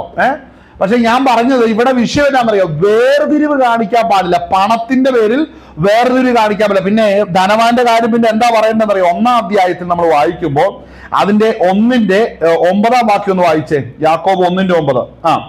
എന്നാൽ എളിയ സഹോദരൻ തന്റെ ഉയർച്ചയിലും പുല്ലിന്റെ പൂ പോലെ ഒഴിഞ്ഞു പോകുന്നവരാകുകയാൽ തന്റെ എളിമയിലും അപ്പോ എന്ത് ചെയ്യണം? പണമല്ല വിഷയം, എളിമയാ വിഷയം. സഭയ്ക്കകത്ത് പൊന്നിട്ടോണ്ട് പോകുന്നല്ല വിഷയം. പിന്നെ എന്താണ്? അവിടെ സമത്വവും അളലുകസത അനൈക്യത വരാതെ വണ്ണം ക്രിസ്തുവിൽ അവർ ഒന്നായിരിക്കണം. ഇതിനാണ് ദൈവം നോക്കുന്ന കാര്യം എന്ന് പറയുന്നത്. സഭയ്ക്കകത്ത് ഭിന്നത ഉണ്ടാക്കിയോ എന്നുള്ളതാ നോക്കുന്നത്. ഒന്ന്. രണ്ടാമത്തെ കാര്യം, പണം ഉണ്ടാകുന്നതല്ല തെറ്റ്. പണം ഉള്ളവൻ എങ്ങനെയായിരിക്കണം? എളിമയുള്ളവനായിരിക്കണം. പക്ഷെ ഇന്ന് പലരും പണം ഉണ്ടാക്കി കഴിയുമ്പോൾ എന്ത് സംഭവിക്കും? എളിമയൊക്കെ അങ്ങ് പോകും. എന്തും ചെയ്യുന്ന ഒരു ലെവലിലേക്ക് എത്തുകയാണ്. എന്നാൽ എളിമ നഷ്ടപ്പെട്ടു പോകുന്നുണ്ടെങ്കിൽ യാക്കോബിന് പറയാൻ ഒരു കാര്യമുള്ളൂ, മകനെ, പണമല്ല എളിമയാ വിഷയം. കാര്യം പണം കൊടുത്ത് അല്ലെ പണം ചിലരുടെ ജീവിതത്തിൽ കൊടുത്ത് അവരെ ഭൗതികമായിട്ട് ദൈവം ഭൗതികമായ ഉയർച്ച കൊടുക്കുന്നതിന്റെ അകത്ത് ദൈവത്തിന് ചില ഉദ്ദേശങ്ങളുണ്ട്. അനുഗ്രഹം വേറെയാ. ഭൗതിക ഉയർച്ച അനുഗ്രഹമല്ല. ഭൗതിക ഉയർച്ചയാണ്. അതെല്ലാവർക്കും ഉണ്ട്. അനുഗ്രഹം മറ്റൊന്നാണ്. അങ്ങനെയാണെങ്കിൽ ഭൗതിക ഉയർച്ച അനുഗ്രഹമാണെങ്കിൽ ഭൗതിക ഉയർച്ച ഇല്ലാത്തവൻ ശാപമാണോ? കുഞ്ഞാന്റെ രക്തത്താൽ വീണ്ടെടുക്കപ്പെട്ട ഒരു ദൈവവൈതലുണ്ടെങ്കിൽ അവന് സമ്പത്തില്ല, അവൻ ശപിക്കപ്പെട്ടവരാണോ? മനസ്സിലാവുന്നുണ്ടോ? അതല്ല വിഷയം. വിഷയം നീ എളിമയുള്ളവനാണോ എന്നുള്ളതാണ് വിഷയം.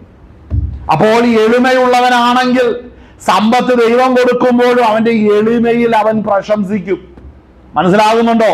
ഇന്ന് അനേകരുടെ വിഷയം എന്താ ഉണ്ടാകുന്നറിയാവോ? സഭയ്ക്കകത്ത് പണം കർത്താവ് എന്തെങ്കിലും വിധത്തിൽ കൊടുത്തു കഴിഞ്ഞാൽ വേണ്ട, അധ്വാനിച്ചൻ ഉണ്ടാക്കിയെന്നിരിക്കട്ടെ, അടുത്തത് അവൻ പണ്ട് എങ്ങനെയായിരുന്നോ അങ്ങനെ തന്നെ ദൈവസഭയ്ക്കകത്ത് തുടരാനായിട്ട് അവൻ ആഗ്രഹിക്കുകയാണ്. പണ്ട് 100 പേര് മുതലാളി എന്ന് വിളിച്ചോണ്ട് നടന്ന ഇന്ന് തന്നെ വിശ്വാസികളും പാസ്റ്ററും വിളിക്കണം, എന്റെ വന്നാച്ചായ അങ്ങനെ പൈസ ഇല്ലായിരുന്നെങ്കിൽ ഞങ്ങൾ ഇവിടെ ഭയങ്കരമായിട്ട് കഷ്ടപ്പെട്ടു പോയാലെന്ന് പറയുമ്പോൾ ശരിയാകട്ടോ എന്ന് പറഞ്ഞുകൊണ്ട് അങ്ങനെ നിൽക്കുന്ന അതല്ല എളിമയെന്ന് പറയുന്നത്. എളിമ അതല്ല. പലർക്കും എളിമ എന്നാന്ന് അറിയത്തില്ല. എളിമ എന്നാന്ന് അനുഭവിച്ചാൽ മാത്രമാ കർത്താവിന്റെ അഭിഷേകത്തിൽ നിൽക്കുവാനായിട്ട് സാധിക്കത്തുള്ളൂ. വിഷയം അതാ. വിഷയം അത് അഭിഷേകത്തിലാണ്. അപ്പോൾ ഞാൻ ചോദിക്കട്ടെ, ജഡമോഹം, കൺമോഹം, ജീവനത്തിന്റെ പ്രതാപങ്ങൾ. അപ്പൊ ജീവനത്തിന്റെ പ്രതാപങ്ങളാകുന്ന ഭൗതികമായ നന്മകൾ ജീവിതത്തിൽ വർദ്ധിക്കുമ്പോൾ അവൻ ഈ ജീവിതത്തിൽ എളിമയുള്ളവനായിട്ടിരിക്കണം. മനസ്സിലാകുന്നുണ്ടോ? അതുപോലെ ഒരു കാര്യം മനസ്സിലാക്കണം, ഈ പറയുന്ന ഭൗതിക സമ്പത്ത് എന്ന് പറയുന്നത് ഇത് ദൈവത്തിന് അത്ര പ്രസാദകരമായ കാര്യവും കൂടെ അല്ല. ചിലർ അത് പറഞ്ഞു കഴിയുമ്പോഴത്തേനും ഉടനെ പറയുന്നത് എന്താണെന്ന് അറിയാം, എന്റെ പണമില്ല, കാണായിരുന്നു, ഞാനവിടെ ചെന്നില്ലായിരുന്നെങ്കിൽ അവിടെ ഉണ്ടാകുമായിരുന്നു. പിടികിട്ടിയോ? ഇതൊന്നും ആത്മീകത ലക്ഷണമല്ലെന്ന്. നിന്റെ പണം കണ്ടിട്ടല്ല, ഒരുപക്ഷെ നിന്നെ കൊണ്ട് ആ കാര്യം ചെയ്യിക്കാൻ ദൈവം നിന്റെ കരുത്ത് തന്നിരിക്കുന്നതാ. അത് മനസ്സിലാക്കണം. ഒരുപക്ഷെ നമ്മളുടെ കയ്യിൽ ലഭിച്ചിരിക്കുന്ന പല നന്മകളും കർത്താവ് നമ്മുടെ കരത്തിൽ ഏൽപ്പിച്ചിരിക്കുന്നത് നമ്മളെ കൊണ്ട് ഇത് ഉപയോഗിക്കാനും കൂടെയാണ്. മനസ്സിലാക്കണം. അപ്പോൾ ജഡമോഹം, കൺമോഹം, ജീവനത്തിന്റെ പ്രതാപങ്ങൾ, ഇതെല്ലാം എവിടെ നിന്നാ?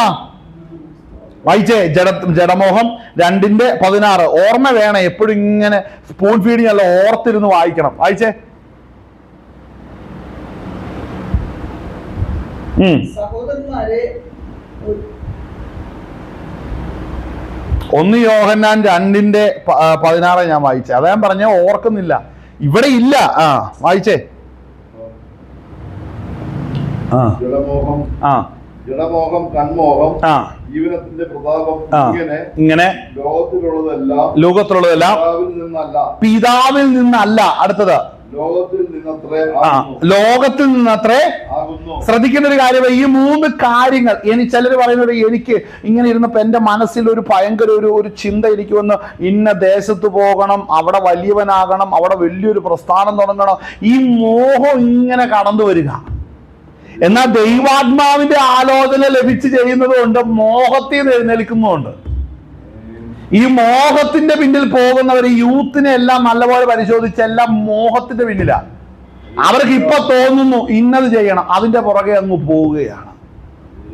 മനസ്സിലാകുന്നുണ്ടോ? വ്യക്തമായിട്ട് മനസ്സിലാക്കണം. ജഡമോഹം, കൺമോഹം, ജീവനത്തിന്റെ പ്രതാപങ്ങൾ. പോയോ? പോയി. കർത്താവ് ഇത് കാണുന്നുണ്ട്. വായിച്ചേ. ജീവനത്തിന്റെ പ്രതാപം ഇങ്ങനെ ലോകത്തിലുള്ളത് പിതാവിൽ നിന്നല്ല, ലോകത്തിൽ നിന്നത്രേ. കണ്ടോ? ഇത് പിതാവിൽ നിന്നാണോ? അല്ല. ഇത് നമ്മൾ മനസ്സിലാക്കണം, ഇത് പിതാവിൽ നിന്ന് അല്ല. കാരണം എന്നാ? ഈ ലോകത്തിൽ വന്ന് നമ്മുടെ വീടും സ്ഥലവും വീണ്ടെടുക്കാനാണോ കർത്താവ് യേശു ക്രിസ്തു വന്നേ? പറയേ. നമ്മുടെ സ്വന്തം ഏതെങ്കിലും ഭൗതിക നന്മ വീണ്ടെടുക്കാനാണോ? നിന്റെ ഏതെങ്കിലും സുഖം നിന്നിൽ നിലനിൽക്കാനാണോ കർത്താവ് കാൽവരി തകർക്കപ്പെട്ടത്? അങ്ങനെയൊക്കെ പ്രസംഗിക്കുന്നവരുണ്ട്. അവർക്കൊന്നും ഈ വചനം അറിയാൻ മേലാകട്ടാണോ? മറ്റൊരു ആത്മാവിനാൽ ബലത്തോടെ നടക്കുന്നതാണോ? ഈ മറ്റൊരു അഭിഷേകം കയറി കഴിഞ്ഞാൽ ഒരു പ്രത്യേകത എന്താണെന്നറിയാവോ? ഇതുപോലെയുള്ള കാര്യങ്ങളൊക്കെ അവർക്ക് വയലേഷൻ. കാര്യം അവനിലിരിക്കുന്ന ആ ആത്മാവ്, ആ അഭിഷേകം ഒരിക്കലും ഇതൊക്കെ തെറ്റാന്ന് പറയില്ല. മനസ്സിലാകുന്നുണ്ടോ? എന്തും ചെയ്യുന്നു, ഏത് വഴിക്ക് പോകുന്നു, എന്തും വായിത്തോന്ന് വിളിച്ചു പറയുന്ന സ്വഭാവം. ഏതർത്ഥത്തിലാണെന്നറിയാമോ? നിനക്ക് ഭൗതികമായി നിന്റെ അവസ്ഥകൾക്കൊരു മാറ്റം തന്ന് നിന്നെ മാനിക്കാൻ ദൈവത്തിനൊരു പദ്ധതി ഉണ്ടെന്നും പറഞ്ഞു. ഈ ബ്രാൻഡ് സാധനം ഇന്ന് കേരളത്തിൽ ഒത്തിരി എണ്ണമുണ്ട്. ഒരു ട്രെയിൻ അങ്ങ് ട്രിവാൻഡ്രത്ത് നിന്ന് അങ്ങ് കാസർഗോഡ് വരെ ഓടിച്ചിട്ടുണ്ടെങ്കിലുണ്ടല്ലോ, ആ ട്രെയിനിന്റെ അകത്ത് ബോഗി നിറയെ ടൈപ്പ് സാധനങ്ങളൊക്കെ ഉണ്ട്. എന്നാ കാരണം എന്ന് വെച്ച് കഴിഞ്ഞാൽ ഇതാണ് വിഷയം. ലോകമോഹത്തിൽ ഇരിക്കുന്ന സാധനങ്ങളെ ദൈവരാജ്യത്തിന്റെ പദ്ധതിയാണെന്ന് പറഞ്ഞ് വല്ലാത്ത മോഹം കേറ്റുന്ന ഉപദേശങ്ങൾ ഇന്ന് വളരെ പ്രബലപ്പെടുന്നുണ്ട്. കേൾക്കുന്നവര് ആത്മീക ശിശുക്കളാ. ആത്മാവിൽ വളർന്ന് ആത്മാവിൽ ബലപ്പെടുന്നതിന് പകരം ജഡത്തിലെ താൽക്കാലിക ഭോഗതൃപ്തി സുഖമെന്ന് വെച്ച് നമ്മുടെ ഇടയിലൂടെ ഒക്കെ നടക്കുന്ന ചിലരെ കണ്ടിട്ടുണ്ടോ? ഹല്ലേലൂയ. അങ്ങനെ പത്രോസിന്റെ ലേഖനം വായിക്കുന്നത് അല്ലേ? എന്താണ് വായിക്കുന്നത്? 2 പത്രോസ്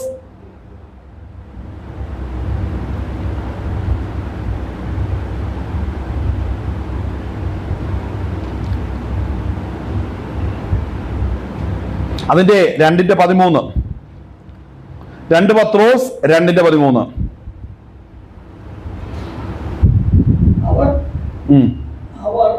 താൽക്കാലിക ഭോഗതൃപ്തി സുഖം എന്ന് വെച്ച് നിങ്ങളുടെ സ്നേഹസന്ധ്യകളിൽ നിങ്ങളോട് കൂടെ കഴിഞ്ഞ് ഉളയ്ക്കുന്ന കറകളും കളങ്കങ്ങളും ആകുന്നു. ശ്രദ്ധിക്കണം. അവർ വ്യഭിചാരിണിയെ കണ്ട് രസിക്കുകയും. ഇതേതാ? ഈ പാപം ഏത് ലിസ്റ്റിൽപ്പെടും? ജഡമോഹമാണോ, കൺമോഹമാണോ, ജീവനത്തിന്റെ പ്രതാപമാണോ? ഈ പാപം കൺമോഹം അല്ലേ? എന്താ പാപം ഒന്ന് വായിച്ചേ. അവർ വ്യഭിചാരിണിയെ കണ്ട് രസിക്കുകയും കണ്ടോ? കൺമോഹമായത് തൃപ്തിപ്പെടാതെ. അപ്പൊ ഈ കാഴ്ച കണ്ട് കണ്ട് കണ്ട് കണ്ട് തൃപ്തിയില്ലാതെ എപ്പോഴും കാഴ്ചയിൽ അവന് ദാഹമായിരിക്കും. മനസ്സിലാവുന്നുണ്ടോ? പാപം കാണാൻ ദാഹിച്ചു നിൽക്കുന്ന കണ്ണുകളുള്ളവൻ അല്ലേ? ശ്രദ്ധിച്ചേ, പത്രോസ് എത്ര കൃത്യമായിട്ടാ പറയുന്നത്. വ്യഭിചാരിണിയെ കണ്ട് വായിക്കുന്നുണ്ട്, ഒരു കണ്ട് രസിക്കുകയും അതായത് പാപം നിർത്താൻ കഴിയാത്ത അവസ്ഥ. എന്തുകൊണ്ടാ സ്നാനപ്പെടാത്തതെന്ന് മനസ്സിലായോ? വായിച്ചേ. കണ്ണുള്ളവരും സ്ഥിരമില്ലാത്ത. അപ്പൊ അത് കൺമോഹമാണോ ജഡമോഹമാണോ? വശീകരിക്കുന്നത് ജഡമോഹമാണോ കൺമോഹമാണോ? ജഡമോഹമാണ്. വായിച്ചേ. അത് ജഡമോഹമാണോ കൺമോഹമാണോ ജീവനത്തിന്റെ പ്രതാപമാണോ? അപ്പൊ 3 പാപം അവിടെ വന്നോ? വായിച്ചേ. കണ്ടോ? അപ്പൊ ഇതിൽ എന്താ ചെയ്യുന്ന? അഭ്യാസം തികയാണ്. അപ്പോ ഇവര് അഭ്യസിക്കുന്ന എന്താണ്? നിന്റെ കണ്ണിൽ നീ നോക്കുമ്പോൾ നിനക്ക് കൊതി തീരാതെ വണ്ണം നോക്കാൻ ദൈവം വഴി തുറക്കുമെന്ന് ഒരുത്തൻ പ്രസംഗിച്ചാൽ അവന്റെ കണ്ണുകൊണ്ട് അവൻ കാണുന്ന എന്താ? പറഞ്ഞേ. നിന്നിലേക്ക് അത് കടന്നു വരും, നീ അതൊരു പ്രാപിച്ചെടുക്കുമെന്ന് പറയുമ്പോൾ തുള്ളിച്ചാടി അവനെ സ്വീകരിക്കുമ്പോൾ അവന്റെ വ്യാപരിക്കുന്നത് ഏത് ശക്തിയാ? ഈ വശീകരണ ശക്തിയല്ലേ? അത് ജഡത്തിന്നല്ലേ? മാത്രമല്ല നിന്റെ അവസ്ഥകളെ മാറ്റി മാന്യതയുടെ തലങ്ങളിലേക്ക് സമ്പത്തിന്റെ ഒരു അപഹാരം നിന്റെ ജീവിതത്തിൽ വെളിപ്പെടും എന്നുള്ള പ്രവചനം വരുമ്പോ അവിടെ എന്ത് കേറി? ജീവനത്തിന്റെ പ്രതാപങ്ങൾ കേറിയോ? ഇതല്ലേ ഇന്ന് പലയിടത്തും പ്രസംഗിച്ചുകൊണ്ടിരിക്കുന്നേ? ഇത് മറ്റൊരു അഭിഷേകമാണിത്. അത് പരിശുദ്ധാത്മാഭിഷേകമല്ല, മറ്റൊരു അഭിഷേകം. ഇതെല്ലാം ചെയ്യിക്കും. അവര് പറയുന്നത് അറിയോ? നീ പറ, ഞാൻ പ്രാർത്ഥിച്ച് ദൈവസന്നിധി ഇരുന്നപ്പോ എനിക്ക് ആത്മാവ് തന്ന ദൂതാണ് ഈ പറയപ്പെടുന്നത്. എന്റെ ഭൗതികമായ നന്മകൾക്ക് എല്ലാം ഒരു വ്യത്യാസം വരെ, ഉയർച്ച വരെ, അതൊക്കെ കൃത്യമായിട്ട് എന്റെ നാവിൽ മേൽ തരുന്നുണ്ടെന്ന് പറയും. ശരിയാണ്. അവൻ നുണയല്ല പറയുന്നേ. അവൻ പറയുന്ന നുണയല്ല. അവൻ പറയുമ്പോൾ അവന്റെ നാവിൽ ഓരോന്ന് ചങ്ങലയുടെ കണ്ണി ഇഴുക്കി ചേർത്തതുപോലെ അവന്റെ നാവിൽ കൃത്യമായി ദൈവവചനത്തിന്റെ വെളിച്ചത്തിൽ തന്നെ അവൻ കാര്യങ്ങൾ അവതരിപ്പിക്കുന്നുണ്ട്. പക്ഷെ അതൊക്കെ വെളിപ്പെടുത്തുന്ന ആത്മാവ് പരിശുദ്ധാത്മാവല്ലെന്നായി പറഞ്ഞേ. പിടികിട്ടിയോ? ഞാനീ പറഞ്ഞ ഈ ജഡമോഹ കൺമോഹ ജീവനത്തിന്റെ പ്രതാപങ്ങൾ യോഹന്നാൻ പറഞ്ഞ കാര്യം പത്രോസിന്റെ ലേഖനത്തിൽ കൃത്യമായിട്ട് കിടക്കുന്നുണ്ടോ? ആ സ്റ്റേറ്റ്മെന്റ് ഒന്നും കൂടെ വായിച്ചേ. അത് ഈ 3 കാര്യം ഒന്നും കൂടെ കിടപ്പുണ്ട്. വായിച്ചോ. താൽക്കാലിക ഭോഗതൃപ്തി സുഖം എന്ന് വെച്ച് നിങ്ങളുടെ സ്നേഹസന്ധ്യകളിൽ നിങ്ങളോട് കൂടെ വിരുന്നു കഴിഞ്ഞ് കുളക്കുന്ന കറകളും കളങ്കങ്ങളും. അപ്പൊ ഇവരെ കുറിച്ച് പത്രോസ് പറഞ്ഞു, ഇവരെ നമ്മുടെ ഇടയിൽ കിടപ്പുണ്ട്, അവരെ മാറ്റിക്കളയാൻ പറ്റത്തില്ല. കതിരിനോടുകൂടെ കളമിപ്പുണ്ട്. മാറ്റാൻ പറ്റുമോ? പറ്റത്തില്ല. അത് ആ കൂടത്തിൽ നിൽക്കുകയാണ്. അവന്റെ വളർച്ച കണ്ടു കഴിയുമ്പോൾ നമ്മൾ തോന്നിപ്പോ അയ്യോ ഇത് വളർന്ന് കണ്ടു കഴിഞ്ഞിട്ടുണ്ട് നമ്മൾ എന്ത് ചെയ്യുമെന്ന് തോന്നുന്ന ഒരു അനുഭവം കടന്നു വരുമ്പോൾ മനസ്സിലാക്കണം, ആ കളയെ വളർത്തുന്ന അഭിഷേകം പരിശുദ്ധാത്മാവല്ലെന്നായി പറഞ്ഞേ. അതുകൊണ്ട് കള വളരില്ലെന്നല്ല, വളരെ ശക്തിയായിട്ട് വളരും. ഈ പറയുന്ന പ്രകാരത്തിലുള്ള പാപത്തിന്റെ എല്ലാം മുഴുകിയ അനുഭവത്തിലൊന്ന് വളർന്നിരിക്കും. അത് പരിശുദ്ധാത്മാവല്ല, മറ്റൊരു അഭിഷേകമാണ്. ആ മറ്റൊരു അഭിഷേകത്തെ പത്രോസ് അടുത്തിരുന്ന് നോക്കുമ്പോ പത്രോസ് കാണുന്ന കാര്യമാണ്. അവരുടെ ലൊക്കേഷൻ എവിടെ? ആ വായിച്ച വാക്യോടെ ഒന്ന് വായിച്ച്. അല്ല കണ്ടോ? നിങ്ങളുടെ സ്നേഹസദ്യകളിൽ കണ്ടോ? നമ്മളോടുകൂടെ അവരിയ്ക്കുന്നത് നമുക്ക് മനസ്സിലാകുന്നില്ലെന്ന്. അതാരാപ്പോ? അവർ നമ്മളൊരു പാട്ട് തുടങ്ങി കൈയടിച്ച് ആരാധിച്ച് അവരും കൂടെ സ്തോത്രം പറയും. കുറച്ച് കഴിയുമ്പോൾ നമ്മളെക്കാൾ ആദ്യം അന്യഭാഷ പറഞ്ഞ് ആരാധിക്കാൻ തുടങ്ങും. സാക്ഷ്യം പറയണമെന്ന് പറയുമ്പോൾ അവരാദ്യം എഴുന്നിട്ട് സാക്ഷ്യം പറയും. നമുക്കിന്ന് 10 പേരുടെ യേശുവിനെ കുറിച്ച് പറയുമ്പോൾ അവർ ചാടി ഇറങ്ങിയിട്ട് വരും, നിന്റെ ജീവിതം മാറ്റുന്ന ഒരു യേശു ഉണ്ടെന്ന് പറയും. ഇതൊക്കെ ശരിയാ. പക്ഷെ പ്രശ്നം എന്നാന്നറിയോ? ഇവനിലിരിക്കുന്ന അഭിഷേകം വേറെയാണ്. അതാണ് പ്രശ്നം. നമ്മൾ ഇന്ന് സഭകൾക്ക് പ്രശ്നമല്ലാതായത് എന്താണെന്നറിയാവോ? ഈ മറ്റൊരു അഭിഷേകം ഒന്നും സഭകൾക്കൊരു പ്രശ്നമേ അല്ല. അവർ പറയുന്ന കാര്യം മീറ്റിംഗ് നടക്കുന്നുണ്ടോ? ഒന്ന്. രണ്ടാമത് 10 പേര് വിശ്വാസത്തിൽ വരുന്നുണ്ടോ? അളലിയാസത്ത് അവരെല്ലാം യേശുവിനെ അറിഞ്ഞിട്ടുണ്ടോ? സ്നാനപ്പെട്ടോ? ഇത് മറ്റൊരു അഭിഷേകത്തിനും ഇത് നടക്കുമെന്ന് മനസ്സിലായോ? ആ അഭിഷേകം കാഹളം ധരിക്കുമ്പോൾ അവന്റെ ശരീരത്തെ രൂപാന്തരപ്പെടുത്തത്തില്ല. ഞാൻ പറയാം, ദൈവസഭ എടുക്കപ്പെട്ടാൽ ഈ അഭിഷേകം ഉള്ളവൻ ഇവിടെ അന്നും അന്യഭാഷ പറഞ്ഞ് മീറ്റിംഗ് നടത്തി മുമ്പോട്ട് പോകും. കാര്യം അവൻ അറിയത്തില്ലേത്. അതുകൊണ്ടാണ് കർത്താവ് അവിടെ പറയുന്നത്, പ്രളയം വന്ന് ആ തലമുറ എടുക്കുന്നത് വരെയും ആ ജനം അറിഞ്ഞില്ല. നോഹയുടെ കാലഘട്ടത്തിൽ മനസ്സിലാവുന്നുണ്ടോ? അറിയാതെ പോകണം. അവരറിയാതിരിക്കണമെന്നുണ്ടെങ്കിൽ മറ്റൊരാത്മാവ് ഇതൊന്നും ചിന്തിക്കാനും അറിയുവാനും മനസ്സിലാക്കുവാനും പ്രാപ്തമല്ലാത്ത നിലവാരത്തിൽ അവന്റെ മനസ്സിനെയും പ്രാണനെയും ആത്മാവിനെയും മറ്റൊരു ഡയറക്ഷനിലേക്ക് കൊണ്ടുപോയേ മതിയാകത്തുള്ളൂ. അവിടെ ജഡമോഹം, കൺമോഹം, ജീവനത്തിന്റെ പ്രഭാവം, വെളിച്ചത്തിലിരിക്കുന്ന അനുഭവം, ക്രിസ്തുവിനെ ഗ്രഹിക്കുന്ന അവസ്ഥ, വിശുദ്ധിയുടെ അവസ്ഥയൊന്നും അവരറിയാതെ മുമ്പോട്ട് പോകണം. അവരിൽ ആരും സത്യവചനത്തെ പ്രതി ദുഃഖിക്കാൻ ഒരിക്കലും ഇട കാണത്തില്ല. ഞാനീ പറഞ്ഞത് നെഗറ്റീവാ. ഞാൻ ഈ പറഞ്ഞ കാര്യം നെഗറ്റീവായ കാര്യമാണ്. അത് പോസിറ്റീവായുള്ള ദൂതല്ല. അത് മനസ്സിലായോ? മറ്റൊരു അഭിഷേകം അതാണ്. അത്രമേൽ അപകടം നിറഞ്ഞാണത്. ആ ഭാഗം ഒന്നും കൂടെ വായിച്ചേ. വായിച്ചേ. സ്തോത്രം. വേഗം വായിക്കേ. അവർ താൽക്കാലിക ഭോഗതൃപ്തി, സംതൃപ്തി, സുഖം. ഒന്നും കൂടെ വായിച്ചേ. തെറ്റാ വായിച്ചേ. അവർ താൽക്കാലിക ഭോഗതൃപ്തി, സംതൃപ്തി എന്നല്ല, സുഖം. സുഖം എന്ന് വെച്ച് ശ്രദ്ധിക്കണം. ഈ മറ്റൊരു അഭിഷേകത്തിൽ പരിശുദ്ധാത്മാവല്ല, മറ്റൊരു ആത്മാവിനെ കുറിച്ച് നമ്മൾ തെസ്സലോനിക്കയിൽ നമ്മൾ കാണുന്നു. ആ അനോയിന്റിങ് അങ്ങ് കയറിക്കഴിഞ്ഞാൽ നടക്കുന്ന കാര്യം ഇവർ ആ താൽക്കാലിക സമയത്തെ കാര്യം മാത്രമേ എഴുതിക്കുള്ളൂ. എന്നാൽ പരിശുദ്ധാത്മാഭിഷേകം പ്രാപിച്ചൊരു വ്യക്തിയാണെങ്കിൽ അവന്റെ നിത്യത സ്വർഗീയ യെരൂശലേമിലേക്ക് അവൻ എത്തിക്കും. ഇത് താൽക്കാലിക ഭവനമാണെന്നുള്ള ബോധം അവന് കൊടുത്തുകൊണ്ടിരിക്കും. നിലനിൽക്കുന്ന നിത്യഭവനത്തിലേക്ക് അവന്റെ പ്രത്യാശ എത്തും. പക്ഷെ ഇവരെ സംബന്ധിച്ച് ഇവരിവിടെ താൽക്കാലികമുള്ള ഈ നാളുകളിലുള്ള കാര്യങ്ങൾ ഈ കുറച്ച് ചുറ്റിപ്പറ്റി നിൽക്കുന്ന വിഷയങ്ങളിൽ മാത്രമായിരിക്കും അവരുടെ ശ്രദ്ധയിരിക്കുന്നത്. ഉന്നതമായ ഒരു വിഷയത്തെ കുറിച്ച് അവരുടെ ശ്രദ്ധ, അവരുടെ ബുദ്ധി ഒരിക്കലും തുറക്കത്തില്ല. താൽക്കാലിക ഭോഗതൃപ്തി, അങ്ങനെയല്ല പദം. എന്താ താൽക്കാലിക ഭോഗതൃപ്തി? ഈ നാളുകളിൽ അവന്റെ ശുശ്രൂഷയിൽ അവന് ലഭിച്ച വെളിപ്പാട് അവന് തൃപ്തി അണയുന്നുണ്ട്. അതിൻ്റെ അകത്ത് ഒരിക്കലും വിശുദ്ധീകരണമോ തേജസ്കരണമോ ദൈവരാജ്യമോ ഒന്നും വിഷയമല്ലാത്തത് കൊണ്ട് അവനിലിരിക്കുന്ന അഭിഷേകം അവന് തൃപ്തി കൊടുക്കുന്നുണ്ട്. അത് പരിശുദ്ധാത്മാവല്ലെന്നായി പറഞ്ഞേ. മനസ്സിലാവുന്നുണ്ടോ? ഇത് പലർക്കും അത് ഗ്രഹിക്കാൻ പറ്റുന്നില്ല. അതിനെ വിവേചിക്കണം. നമ്മളുടെ അടുത്ത് വന്നിരിക്കുന്ന ഓരോ വ്യക്തിയും ഏത് ആത്മാവിലാണ് നടക്കുന്നതെന്ന് ശരിക്കും വിവേചിക്കണം. പിന്നെ നമുക്കറിയത്തില്ല കാര്യം. സാത്താന്റെ ഏജന്റ് എന്ന് പറഞ്ഞാൽ കർത്താവിന്റെ കരത്തിൽ വരാത്തവനല്ല. കർത്താവിന്റെ പന്തിയിലിരിക്കുന്ന യൂദയിൽ കയറിയവനാണ് സാത്താന്റെ ഏജന്റ്. അത് പുറത്തോടെ നടക്കുന്നവനല്ല. താൽക്കാലിക ഭോഗതൃപ്തി എന്ന് പറഞ്ഞാൽ യൂദയിൽ നോക്കിയാൽ അവൻ പണസഞ്ചിയിലുള്ള കാര്യം മാത്രം നോക്കി. നിങ്ങൾക്കറിയാവോ, യോഹന്നാന്റെ സുവിശേഷം നമ്മൾ വായിക്കുമ്പോൾ അവിടെ കർത്താവിന്റെ അടുക്കലേക്ക്, കർത്താവിന്റെ പാദപീഠത്തിലേക്ക് വന്ന് ഹല്ലേലൂയ ലാസറിന്റെ ഭവനത്തിൽ വന്നപ്പോൾ നമ്മൾ കാണുന്ന കാര്യം അല്ലെ, സ്വച്ഛജലമാംസി തൈലം അത് ഊറ്റി ഹല്ലേലൂയ അതിന്റെ വിലയെക്കുറിച്ച് നമ്മുടെ സംസാരം ഉണ്ടായി. ഉടനെ യൂദ പറയുന്നൊരു കാര്യമുണ്ട്, ഇത് വിറ്റ് ദരിദ്രർക്ക് കൊടുക്കത്തില്ലേ? ഇത് വിറ്റ് ദരിദ്രർക്ക് കൊടുക്കത്തില്ലേ?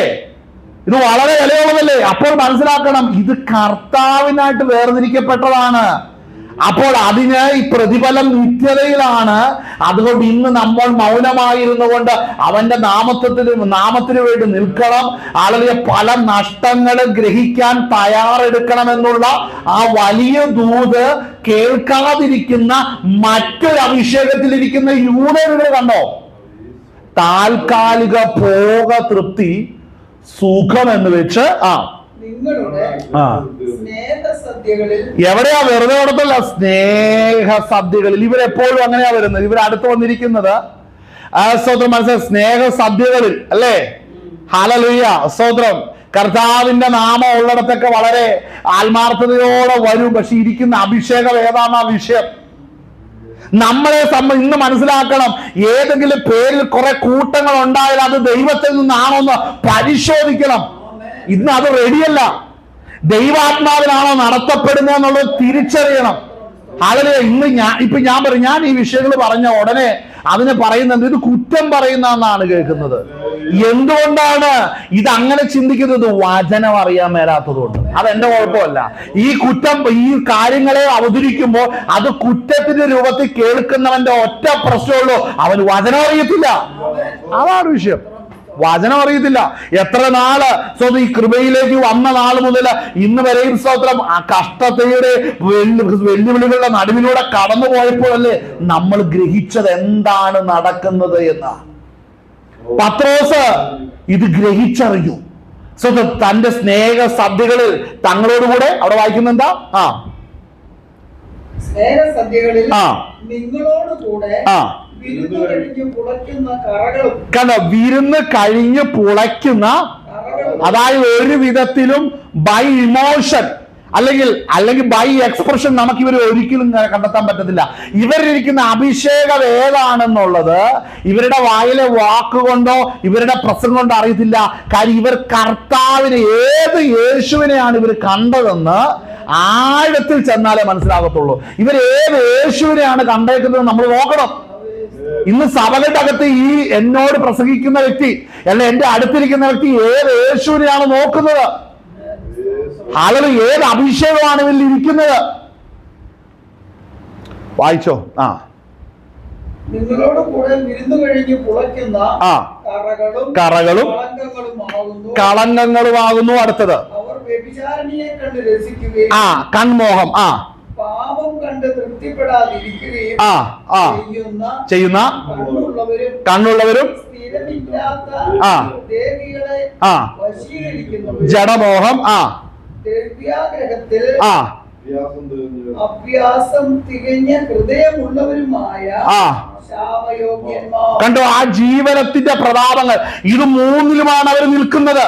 അവരുടെ ഞാൻ പറയട്ടെ, മറ്റൊരു അഭിഷേകം അവർക്ക് വെളിപ്പെടുത്തുന്ന ദൂതുകളെല്ലാം ഇതിന്റെ പശ്ചാത്തലത്തിലായിരിക്കും. ഹൃദയത്തിൽ കിടക്കുന്ന ദ്രവ്യാഗ്രഹങ്ങളും മോഹങ്ങളെ ഉണർത്തേണ്ടതിന് ദൈവവചനത്തിന്റെ വെളിച്ചത്തിൽ അവരോ അറിയിക്കുന്ന ദൂതുകളെല്ലാം ജഡമോഹത്തിൽ നിന്നും കൺമോഹത്തിൽ നിന്നും ജീവനത്തിന്റെ പ്രതാപത്തിലേക്ക് എത്തിക്കുകയാണ്.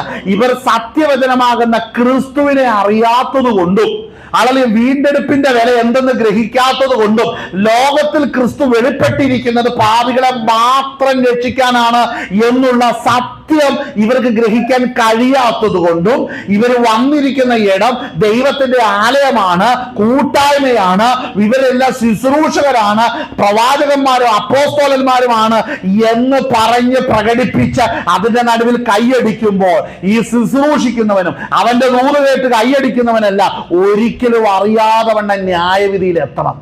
ഇത് ദൈവത്തിന്റെ മാസ്റ്റർ പ്ലാനാണിത്. മനസ്സിലാവുന്നുണ്ടോ? കാരണം സത്യത്തെ സ്നേഹിച്ച് കൈക്കൊള്ളായകയാൽ അല്ലേ.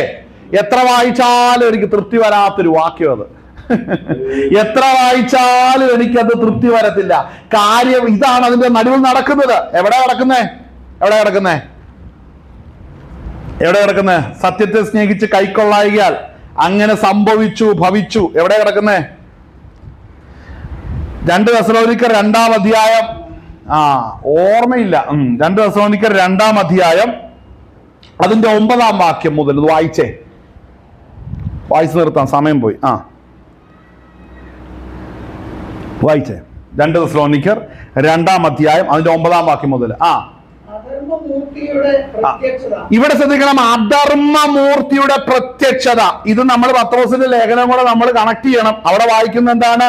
അവിടെ വായിക്കുന്നത് അവർ താൽക്കാലിക ഭോഗതൃപ്തി സുഖമെന്ന് വെച്ച്, സ്തോത്രം, മറിക്കേണ്ട, അവിടെ വായിക്കുന്നത് സ്തോത്രം, സുഖമെന്ന് വെച്ച് നിങ്ങളുടെ സ്നേഹസഭകൾ നിങ്ങളോടുകൂടെ വിരുന്ന് കഴിഞ്ഞ് പുളയ്ക്കുന്ന കറകളും കളങ്കങ്ങളും. ഈ കറകളും കളങ്കങ്ങളെയും ഗ്രഹിക്കാൻ കഴിയത്തില്ല, അവരെ തിരിച്ചറിയാൻ കഴിയത്തില്ല. ഈ കറകളും കളങ്കങ്ങളും, അല്ലെ, ഈ രണ്ടുപേരെ അല്ലെങ്കിൽ ഈ രണ്ട് സ്വഭാവത്തെ എടുത്തു വെച്ചാൽ നമ്മളവിടെ കാണുന്ന എന്താണ്? അധർമ്മമൂർത്തിയുടെ പ്രത്യക്ഷത. ഈ നശിച്ചു പോകുന്നവർ എന്ന് പറഞ്ഞാൽ രക്ഷിക്കപ്പെടാത്തവരല്ല, സ്നാനപ്പെട്ടിട്ട് സഭയ്ക്കകത്ത് വന്നിട്ട് മറ്റൊരു അഭിഷേകത്തിൽ നിൽക്കുന്നവരാണ് നശിച്ചു പോകുന്നവര്, അല്ലാതെ പുറത്ത് കിടക്കുന്നവരല്ല. കാര്യം പുറത്ത് കിടക്കുന്നല്ല. തെസ്സലോനിക്ക ലേഖനവും പത്രോസിന്റെ ലേഖനവും യോഹന്നാൻ ലേഖനമൊക്കെ നമ്മൾ വായിക്കുമ്പോൾ എതിർ ക്രിസ്തുവിന്റെ ആത്മാവ് എന്ന് പറയുന്നത് സ്നാനപ്പെട്ട് സഭയ്ക്കകത്തിരുന്ന് ഇരിക്കുന്ന വ്യക്തിയിൽ സത്യത്തിന്റെ വെളിച്ചം വരാതെ ഇരിക്കുന്നവർ മറ്റൊരു അഭിഷേകത്തിൽ നടത്തപ്പെടുന്നു. അവർ ക്രിസ്തുവിലേക്ക് വരുന്നില്ല. അതാണ് വിഷയം. അവരുടെ പ്രശ്നങ്ങൾക്ക് അവർ ക്രിസ്തുവിലേക്കല്ല വരുന്നത്. വായിച്ചേ. പ്രത്യക്ഷത നശിച്ചു പോകുന്നവർക്ക് സാത്താന്റെ വ്യാപാര ശക്തിക്ക് ഒത്തവണ്ണം വ്യാജമായ കണ്ട വ്യാജമായ സകല ശക്തിയോടും അടയാളങ്ങളോടും. ഞാൻ പറയട്ടെ, ഇങ്ങനെ മറ്റൊരു അഭിഷേകത്തിന് കീഴിൽ അത്ഭുതങ്ങൾ നടത്താം, അടയാളങ്ങൾ നടത്താം. ചിലർ പറയുന്നു ഇതൊക്കെ, ഞാൻ പലരുടെ പ്രസംഗം കേട്ടിട്ടുണ്ട്. അവിടെ സ്തോത്രം, അവിടെ ഒരു മീറ്റിങ്ങിന് വന്നു കഴിഞ്ഞാൽ മീറ്റിങ്ങിൽ വരുന്നവരുടെ എല്ലാം വണ്ടിയുടെ നമ്പർ എടുത്തിട്ട് എം പരിവാഹന്റെ അകത്ത് അടിച്ചു കൊടുത്തിട്ടുണ്ടെങ്കിൽ അപ്പോൾ വണ്ടിയുടെ നമ്പർ അടിച്ചു കൊടുത്താൽ ഓണറിന്റെ പേര് കിട്ടും. അപ്പോൾ ആ ഓണർ ആ മീറ്റിംഗ് വന്നിട്ടുണ്ടെന്ന് അറിഞ്ഞ് ആ പേര് വിളിച്ചു പറയുകയും പൈസ തട്ടിക്കുകയും ചെയ്യുന്നത്, അതൊക്കെ വേറെ വഴിക്ക് നടക്കുന്ന കേസാണ്. അതൊന്നുമല്ല ഞാൻ പറയുന്നത്. ഇവിടെ തെസ്സലോനിക്ക ലേഖനത്തിൽ അപ്പോസ്തലനായ പൗലോസ് പറയുന്ന കാര്യം അത്ഭുതം നടക്കത്തില്ലെന്നല്ല, അത്ഭുതം നടക്കൂന്നാ പറഞ്ഞേക്കുന്നത്. അപ്പോൾ ഞാൻ പറയട്ടെ, ചിലരുടെ കൈവപ്പിൽ രോഗശാന്തി വരുന്നുണ്ട്, ബന്ധനങ്ങൾ അഴിയുന്നുണ്ട്, ഇതെല്ലാം നടക്കുന്നുണ്ട്. അവരൊറ്റ തെറ്റേ ചെയ്തിട്ടുള്ളൂ, സത്യത്തെ സ്നേഹിച്ച് കൈക്കൊള്ളുന്നില്ല. അപ്പൊ ഞാൻ പറയട്ടെ, ക്രിസ്തുവിലേക്ക് വരാതെ മറ്റൊരു അഭിഷേകത്തിൽ നിന്നാൽ ഇതൊക്കെ നടക്കും ഇവിടെ പറഞ്ഞേക്കുക. അപ്പോൾ എന്താ സഭ? അപ്പൊ ഞാൻ ചോദിക്കട്ടെ, വിടുതൽ നടന്നാൽ അത് സഭയാണെന്നും കൈവച്ച് പ്രാർത്ഥിച്ചപ്പോൾ സൗഖ്യം വന്നെങ്കിൽ അവൻ ദൈവത്തിന്റെ അഭിഷിക്തനുമാണെന്ന് വിശ്വസിച്ചോണം എന്ന തിട്ടൂരം ഇന്ന് സഭകളുടെ അകത്ത് കിടപ്പുണ്ട്. അത് മാറണം. എങ്ങനെ മാറും? യഥാർത്ഥ അഭിഷേകത്തിന്റെ നിറവോടെ വിവേചിക്കാൻ തയ്യാറാകണം. ഇതെന്താ പറയുന്നത്? ഇത് സെൽഫ് പ്രൊട്ടക്ഷനേ പറ്റുള്ളൂ. ഇതിന് അല്ലേ, സെൽഫായിട്ടുള്ള സെൽഫ് സാൽവേഷൻ ഇത് പറ്റുന്നുള്ളൂ. നമ്മൾ തന്നെ രക്ഷപ്പെട്ടോളാം. എങ്ങനെയാണ് നാം ദൈവത്തിന്റെ കൃപയിൽ നിന്ന് കാര്യങ്ങളെ മനസ്സിലാക്കി നമ്മൾ സ്റ്റെപ്പുകളെ വെച്ചോണം. അല്ലാതെ പൊതുവായിട്ട് എല്ലാവരും കൂടെ നന്നായിട്ട് അതിന്റെ നടുവിൽ പോകാമെന്ന് വിചാരിക്കരുത്. അങ്ങനെ നന്നാകാനോ നേരെയാകാനോ ഒരിക്കലും കഴിയത്തില്ല. കാര്യം ദൈവം വെച്ചിരിക്കുന്നതാണ് ഈ അധർമ്മമൂർത്തിയുടെ പ്രത്യക്ഷത. നശിച്ചു പോകുന്നവർക്ക് വ്യാജത്തിന്റെ വ്യാപാര ശക്തിയോട് ഒത്തവണ്ണം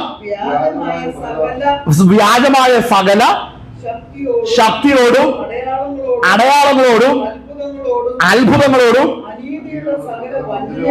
അനീതിയുടെ സകല വഞ്ചന. അപ്പൊ ഞാൻ ഈ അനീതിയുടെ സകല വഞ്ചന തന്നെ അതാണ് നമ്മൾ വായിച്ച പത്രോസിന്റെ ലേഖനത്തിൽ നമ്മൾ അവിടെ കണ്ടത്. എന്താണ് അവിടെ വായിക്കുന്നത്? അവർ വ്യഭിചാരിണിയെ കണ്ട് രസിക്കുകയും കണ്ടോ പാപം കണ്ട് തൃപ്തിപ്പെടാതിരിക്കുകയും അടുത്തത് സ്തോത്രം പ്രാപിക്കുകയും ചെയ്ത കണ്ണുള്ളവരും സ്ഥിരമില്ലാത്ത ദേഹികളെ വശീകരിക്കുന്നവരും ദ്രവ്യാഗ്രഹത്തിൽ അഭ്യാസം തികഞ്ഞ ഹൃദയമുള്ളവരായ ശാപയോഗ്യന്മാർ. അപ്പോൾ ഈ പറഞ്ഞ പാപത്തിന്റെ ലിസ്റ്റിൽ പെടുന്നവർ സ്തോത്രം, അവരെ കുറിച്ച് ഇവിടെ തെസ്സലോനിക്ക ലേഖനത്തിൽ ഇവിടെ പറയുന്ന കാര്യം എന്താണ്? നശിച്ചു പോകുന്നവർക്ക് സാത്താന്റെ വ്യാപാര ശക്തിക്ക് ഒത്തവണ്ണം. ആ വാക്യം മുഴുവൻ വായിക്കണ്ട, അതിന്റെ അവസാനം ഒറ്റ വാക്യമുള്ളൂ. അനീതിയുടെ സകല വഞ്ചനയോടും കൂടെ ആയിരിക്കും. അനീതിയുടെ സകല. അപ്പൊ ഈ അനീതി കണ്ടോ? മനസ്സിലാക്കണം. ഇവരെന്ത് ചെയ്യും? കർത്താവിന്റെ കൃപയിലേക്ക് വന്നവരെ വ്യഭിചാര കണ്ണുകളോട് നോക്കും. വ്യഭിചാര കണ്ണുകൾ കൊണ്ട് നോക്കും. ഒന്ന്. രണ്ടാം ദ്രവ്യാഗ്രഹത്തോടുകൂടെ നോക്കും. അവരെ വശീകരിക്കാനായിട്ട് നോക്കും. ഇതെല്ലാം നടക്കും. പക്ഷേ ഇവർ നിങ്ങളുടെ ഇടയിൽ സ്നേഹസാധ്യ നിങ്ങളോടുകൂടെ പുളയ്ക്കുന്നവരെ കണ്ടെത്താൻ വലിയ പാടാണ്.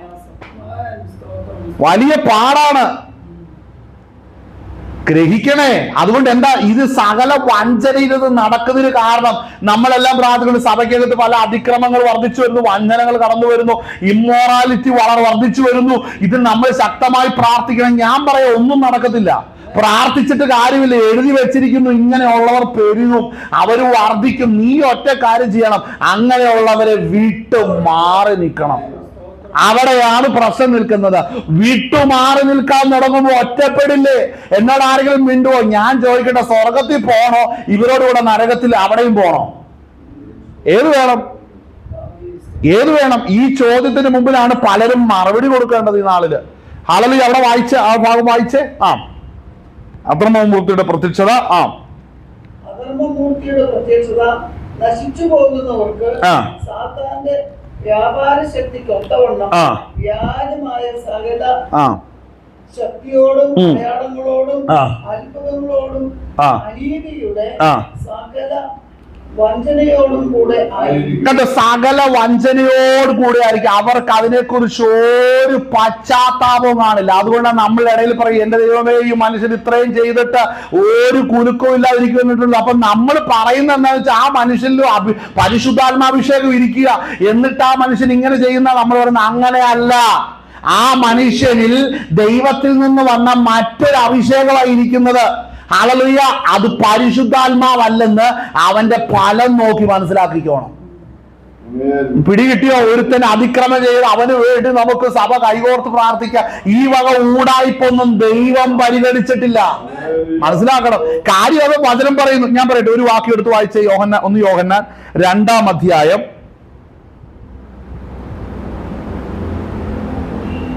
അതിന്റെ 18-19 വാക്യമാണ് അതിന്റെ സ്തോത്രം വായിക്കേണ്ട. സ്തോത്രം ഫോക്കസ് ചെയ്യേണ്ട വാക്യം എന്ന് പറഞ്ഞാൽ 19. ഇത് അന്ത്യനാഴികയാവുന്നു. എതിർ ക്രിസ്തു വരുന്നു എന്ന് നിങ്ങൾ കേട്ടിട്ടുണ്ടല്ലോ.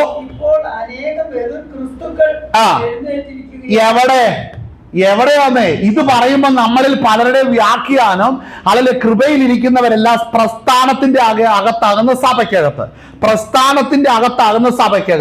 ക്രിസ്തുവിന്റെ കൃപയില്ലാത്തവരെല്ലാം പുറത്ത്. അങ്ങനെ തന്നെയാ കാര്യം. രക്ഷിക്കപ്പെടാത്തവരെല്ലാം പുറത്ത്. പക്ഷേ ഇവിടെ യോഹന്നാൻ പറയുന്ന അങ്ങനെയല്ല. യോഹന്നാൻ പറയുന്നത് ഇപ്പോൾ അനേക എതിർ ക്രിസ്തുക്കൾ എഴുന്നേറ്റിരിക്കുന്നു. അതെവിടെയാ? സഭയ്ക്കകത്ത്, പുറത്തല്ല. ഇത് അകത്തെ കാര്യമായി പറയുന്നത്. അപ്പോൾ ഒരു വിഷയമുണ്ട്. ഈ വാക്യം അങ്ങനെ വ്യാഖ്യാനിച്ചാൽ ഉണ്ടാകുന്ന കാര്യം എന്ന് പറഞ്ഞാൽ സഭയ്ക്കകത്ത് ഭിന്നത ഉണ്ടാകും. ഈ ഭിന്നത എന്ന് പറഞ്ഞാൽ എന്നാ? ചിലരുടെ കണ്ണ് തുറന്നു, ചിലരുടെ കണ്ണ് അടഞ്ഞു. ഇതല്ലേ യാഥാർത്ഥ്യം? ചിലർ കാര്യം മനസ്സിലാക്കി, ചിലർക്ക് ഇപ്പോഴും മനസ്സിലാകാതെ ഞങ്ങളെ ഒറ്റപ്പെടുത്തി, ഞങ്ങളെ കുറ്റപ്പെടുത്തി, ഞങ്ങളെ മാറ്റി നിർത്തി. പക്ഷെ എന്തുകൊണ്ട് കുറ്റപ്പെടുത്തി, എന്തുകൊണ്ട് മാറ്റി നിർത്തി എന്നുള്ളത് അത് വിവേചിച്ച് കാര്യം ഗ്രഹിക്കാനോ മനസ്സിലാക്കാനോ ഒരു കൂട്ടരും സമ്മതിക്കുന്നില്ല. ഇതല്ലേ സഭയ്ക്കകത്തെ കലക്കം. പരിശോധിച്ച് ചെന്നാൽ ഇതാ ഉണ്ടാകുന്നത്. ചിലർ ഇരുട്ടിന്റെ വക്താക്കളായിട്ട് വന്നു, മറ്റു ചിലർ വെളിച്ചത്തിന്റെ വക്താക്കളായിട്ട് വന്നു. ഇതാ നടന്നത്. ഇവിടെ വായിക്കുന്നത് എന്താണ്? കുഞ്ഞുങ്ങളെ, ഇത് അന്ത്യനാഴികയാകുന്നു. മനസ്സിലായി? എതിർ ക്രിസ്തു എന്ന ഏകൻ എന്ന വ്യക്തി വരുന്നു എന്ന് നിങ്ങൾ. അപ്പൊ ഏകനാകുന്ന എതിർ ക്രിസ്തു എന്ന വ്യക്തി ലോകത്തിന്റെ അവസാനത്തിങ്കൾ ഇനി വരാൻ പോകുന്നത് സഭ എടുക്കപ്പെട്ട് കഴിഞ്ഞാൽ അധർമ്മത്തിന്റെ മർമ്മം വ്യാപരിക്കുമ്പോൾ അത് പൂർണ്ണ രൂപത്തിൽ വെളിപ്പെട്ട ഒരു വ്യക്തിയായിട്ട് വെളിപ്പെടും. നമ്മളത് വെളിപ്പാട് ദിവസത്തിൽ കണ്ടു. അപ്പൊ എന്ത് സംഭവിക്കും? സ്വർഗത്തിൽ നിന്നാണെങ്കിൽ മഹാസർപ്പമാണെന്ന് സാത്താൻ വെട്ടേറ്റ് ഭൂമിയിൽ അവനും അവന്റെ ദൂതന്മാരും കൂടെ വീഴുമ്പോൾ ഭൂമിയിൽ എതിർ ക്രിസ്തു എന്ന വ്യക്തിക്ക് സാത്താന്റെ പൂർണ്ണ ശക്തി ലഭിക്കും. ഇതാണ് നടക്കാൻ പോകുന്ന കാര്യം. എന്നാൽ ഈ വചനം ശ്രദ്ധിച്ചേ, യോഹന്നാൻ പറയുന്നത് ശ്രദ്ധിച്ചോ?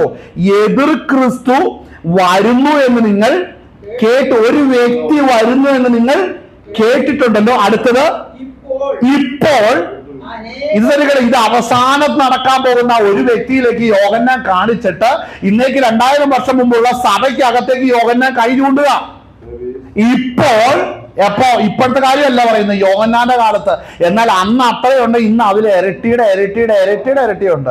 2000 വർഷത്തെ പഴക്കം ആ വിഷയത്തിൽ കിടപ്പുണ്ട്. വായിച്ചോ. ഇന്ന് അനേക എതിർ ക്രിസ്തുക്കൾ എഴുന്നേറ്റിരിക്കിയാൽ എന്ന് നമുക്കറിയാം. മനസ്സിലാക്കണം, അനേകർ എഴുന്നേറ്റിരിക്കുകയാണ്. വായിച്ചോ. ഈ വാക്യം ശ്രദ്ധിക്കണം, അവർ നമ്മുടെ ഇടയിൽ നിന്ന്. അപ്പൊ നമ്മൾ ആരാ? നമ്മുടെ ഇടയിൽ നിന്ന് ഒരു വോട്ടിന് പോയെങ്കിൽ നമ്മൾ ആരാന്ന് പറ? നമ്മൾ ജാതികളാണോ?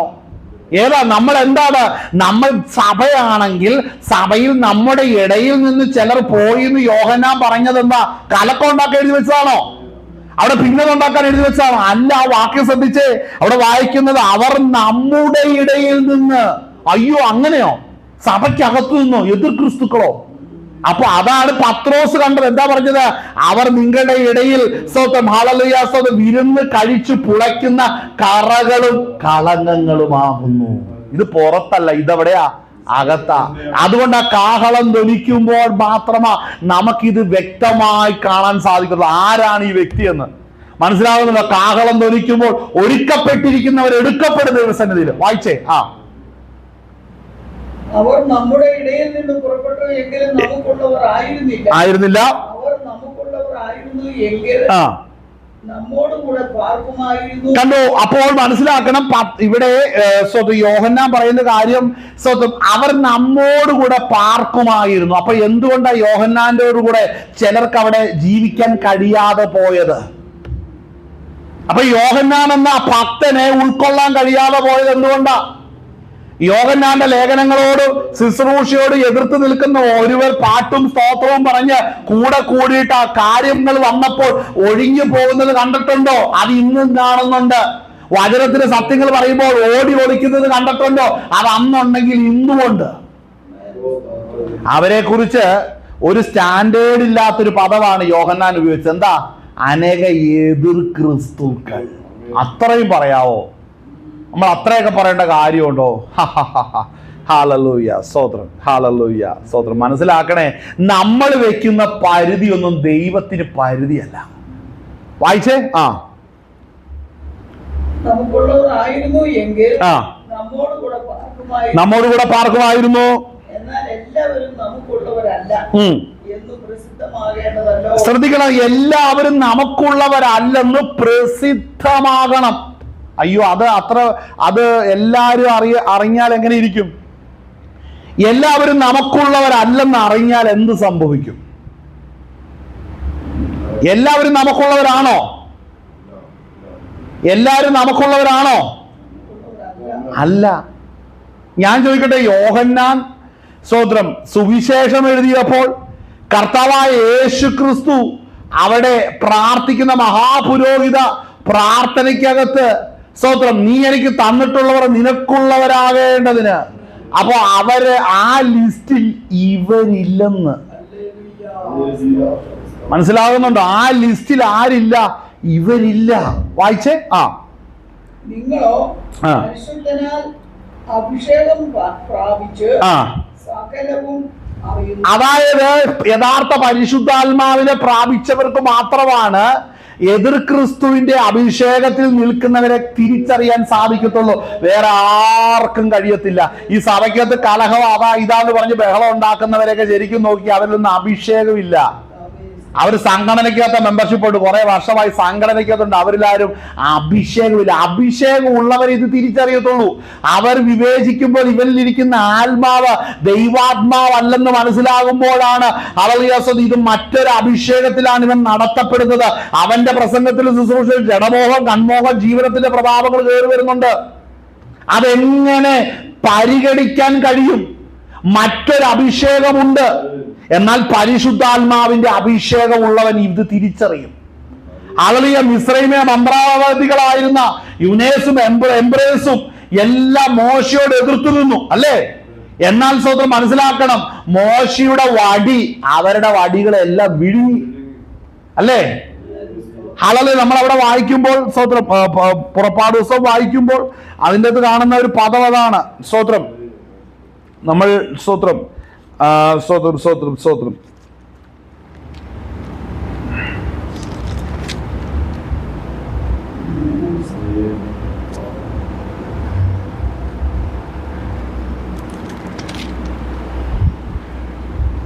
അതിന്റെ പുറപ്പാട് പുസ്തകം 7-ാം അധ്യായം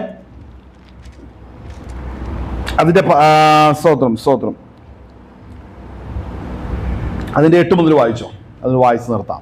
യഹോവ മോശയോടും അഹരോനോടും ഫറവോൻ നിങ്ങളോട് ഒരു അത്ഭുതം കാണിക്കുവിൻ എന്ന് പറഞ്ഞാൽ നീ അഹരോനോട് നിന്റെ വടിയെടുത്ത്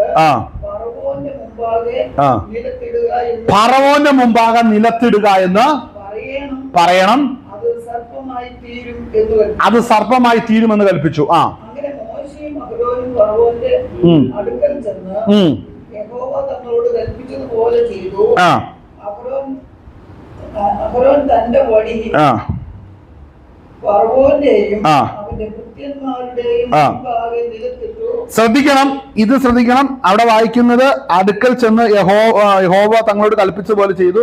അഹരോൻ തന്റെ വടി ഫറവോന്റെ അവന്റെ ഭൃത്യന്മാരുടെ മുമ്പാകെ നിലത്തിട്ടു. അത് അടുത്തത് അപ്പോൾ ഫറവോൻ വിദ്വാൻമാരെയും ക്ഷുദ്രക്കാരെയും വിളിപ്പിച്ചു. മിസ്രയീം മന്ത്രവാദികളായ ഇവരും തങ്ങളുടെ മന്ത്രവാദത്താൽ അതുപോലെ ചെയ്തു. ഇവിടെ ശ്രദ്ധിക്കണം. ഇവിടെ നമ്മൾ ലിസ്റ്റ് വായിക്കും, 11-ാം വാക്യം വായിക്കുമ്പോ അപ്പോൾ ഫറവോൻ വിദ്വാൻമാരെ വിളിച്ചു, ക്ഷുദ്രക്കാരെ വിളിപ്പിച്ചു, മിസ്രയീമ മന്ത്രവാദികളായ ഇവരും അവരുടെ മന്ത്രവാദത്തിൽ അതുപോലെ. അപ്പോൾ ഈ ചെയ്തു തുടങ്ങിയത് ആരാ? അത് യൂനേസും എംബ്രേസും ആണ് തുടങ്ങിയത്, അല്ലേ? യൂനേസും എംബ്രേസിന്റെ ചരിത്രം എവിടെ കിടക്കുന്നത്? അത് തിമത്തിയോസിന്റെ ലേഖനത്തിലല്ലേ? തിമത്തിയോസിന്റെ ലേഖനത്തിലാണ് അത് കിടക്കുന്നത്. ആമേൻ, ഹല്ലേലൂയ, സ്തോത്രം. ഹല്ലേലൂയ. അതിന്റെ 2 തിമത്തിയോസ് 3-ാം അധ്യായം അതിന്റെ 8-ാം വാക്യം, യൂനേസും എംബ്രേസും മോശയോട് എതിർത്തു നിന്നതുപോലെ തന്നെ ഇവരും സത്യത്തോട് മറുത്തു നിൽക്കുന്നു. ദുർബുദ്ധികളും വിശ്വാസം സംബന്ധിച്ച് കൊള്ളരുതാത്തവരും അത്രേ. അവർ അധികം മുഴുക്കുകയില്ല. മേൽ പറഞ്ഞവരുടെ ബുദ്ധികേട് എല്ലാവർക്കും വെളിപ്പെട്ടതുപോലെ ഇവരുടെ ബുദ്ധികേടും വെളിപ്പെടും. മനസ്സിലാകുന്നുണ്ടോ? ഇവിടെ ഇത് വലിയ ഒന്നിലധികം വചനമായിട്ട് കണക്ട് ചെയ്യേണ്ടതുണ്ട്. അതുകൊണ്ട് ഞാൻ അതിനകത്ത് ആദ്യം നമ്മൾ വായിച്ച പുറപ്പാട് പുസ്തകത്തിലേക്ക് നമ്മൾ വരുമ്പോൾ പുറപ്പാട് പുസ്തകത്തിൽ നമ്മൾ കാണുന്ന എന്താണ്? ഈ 2 മന്ത്രവാദികൾ, മിസ്രയീമ്യ മന്ത്രവാദികളാകുന്ന യുനേസും എംബ്രേസും എന്ത് ചെയ്തു? അവിടെ വായിക്കുന്നത് ഇവരും തങ്ങളുടെ മന്ത്രവാദത്താൽ അതുപോലെ ചെയ്തു. അടുത്ത വാക്യം ശ്രദ്ധിക്കണം. ആരൊക്കെയത്? പുറകോട്ട് നോക്കണ്ട, അവിടെ കിടപ്പുണ്ട്. അവിടെ വായിക്കുന്ന ഫറവോന്റെ വിദ്വാൻമാരും ക്ഷുദ്രക്കാരും. അവരുടെ ലിസ്റ്റ് ഇല്ല.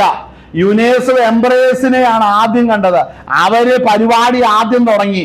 അത് തുടങ്ങി കഴിഞ്ഞപ്പോൾ പുറകിൽ നിന്ന് ക്ഷുദ്രക്കാരും വിദ്വാൻമാരും അവരുടെ കയ്യിലിരിക്കുന്ന വടി അതുപോലെ ചെയ്തു എന്ന് നമ്മൾ കണ്ടിരിക്കുന്നത്. മോശ ഒരു വടിയിട്ടപ്പോൾ മിസ്രയീമ മന്ത്രവാദിയായ യുനേസ് എംബ്രേസ് അവരുടെ വടി 2 ഇട്ടു. അങ്ങനെ ഈ ഒരു വടി ആ 2 വടി എത്തുന്നതാണ് നമ്മൾ കേട്ടിട്ടുള്ളത്. പക്ഷെ ഇവിടെ വായിക്കുമ്പോൾ അങ്ങനെയല്ല. 2-ലധികം വടികൾ അവിടെ കിടപ്പുണ്ടായിരുന്നു. അതെല്ലാം പാമ്പായി തീർന്നു.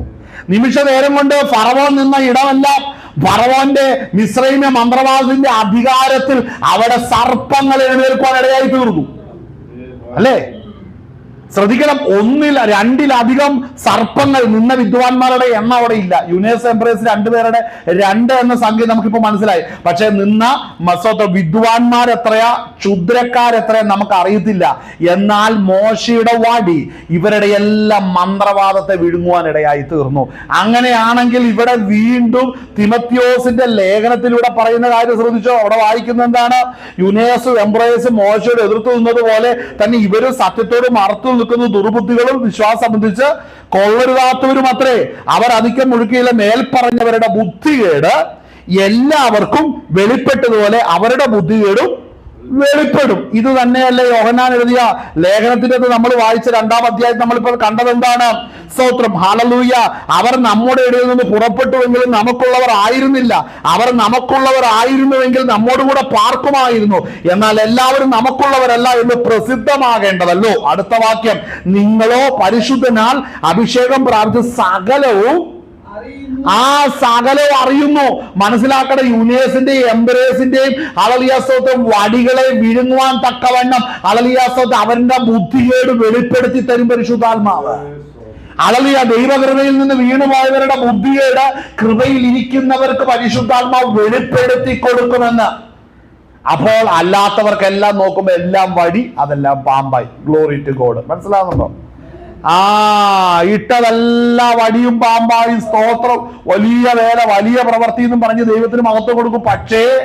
പക്ഷേ ആ കിടന്നതൊക്കെയും മിസ്രൈമ മന്ത്രവാദത്തിൽ ഉളവാക്കപ്പെട്ടതാണ്. അഭിഷേകം പ്രാപിച്ച മോശയ്ക്കറിയാം അവന്റെ വടി സകലതും വിഴുങ്ങിക്കളയും. അവരുടെ ബുദ്ധികേട്, മേൽപ്പറഞ്ഞ ബുദ്ധികേട് സകലർക്കും വെളിപ്പെട്ടു വരും. ഇതാണ് പരിശുദ്ധാത്മാവിന്റെ അഭിഷേകത്തിന്റെ പ്രത്യേകത. അഭിഷേകമാണോ നിന്നെ നടത്തുന്നത്, നിനക്ക് അവർ വെളിപ്പെടുത്തി തരും. പരിശുദ്ധാത്മാവ് വെളിപ്പെടുത്തി തരും. കൃപയിൽ നിന്ന് വീണവന്റെ അനുസരണക്കേട് വെളിപ്പെടുത്തി തരുന്ന ഒരു സ്വർഗമുണ്ടെന്ന് മറന്നു പോകരുത്. ഇത് പകൽ നേരം നമ്മൾ ഗ്രഹിക്കണം. നമ്മൾ ദൈവത്തിന്റെ കൃപയിലാണ് ആയിരിക്കുന്നത്, ദൈവത്തിന്റെ കാര്യപദ്ധതിയിലാണ് ആയിരിക്കുന്നത്.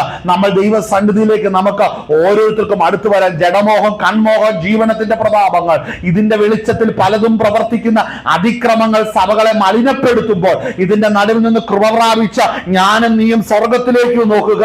അളവിയ യഥാർത്ഥ അഭിഷേകത്തിന്റെ ശക്തിയാലാണെങ്കിൽ വ്യാജമായതിനെ വ്യാജമെന്ന് കൃത്യം തിരിച്ചറിയുവാൻ തക്കവണ്ണം പരിശുദ്ധാത്മാവ് നമ്മളെ ബലപ്പെടുത്തും. കർത്താവിന്റെ കൃപയിൽ സമർപ്പിക്കുക. ഈ വചനങ്ങളെ സ്വർഗത്തിൽ നിങ്ങളെ ബലപ്പെടുത്തുമാറാകട്ടെ. നമ്മുടെ കണ്ണുകൾ അടയ്ക്കാം, നമുക്ക് പ്രാർത്ഥിക്കാം. ഇന്ന് പകൽ നേരം നമ്മൾ കേട്ട വചനത്തിന്റെ മുമ്പാകെ നമ്മളെ തന്നെ പൂർണ്ണമായിട്ട് നമുക്ക് സമർപ്പിച്ച് നമുക്ക്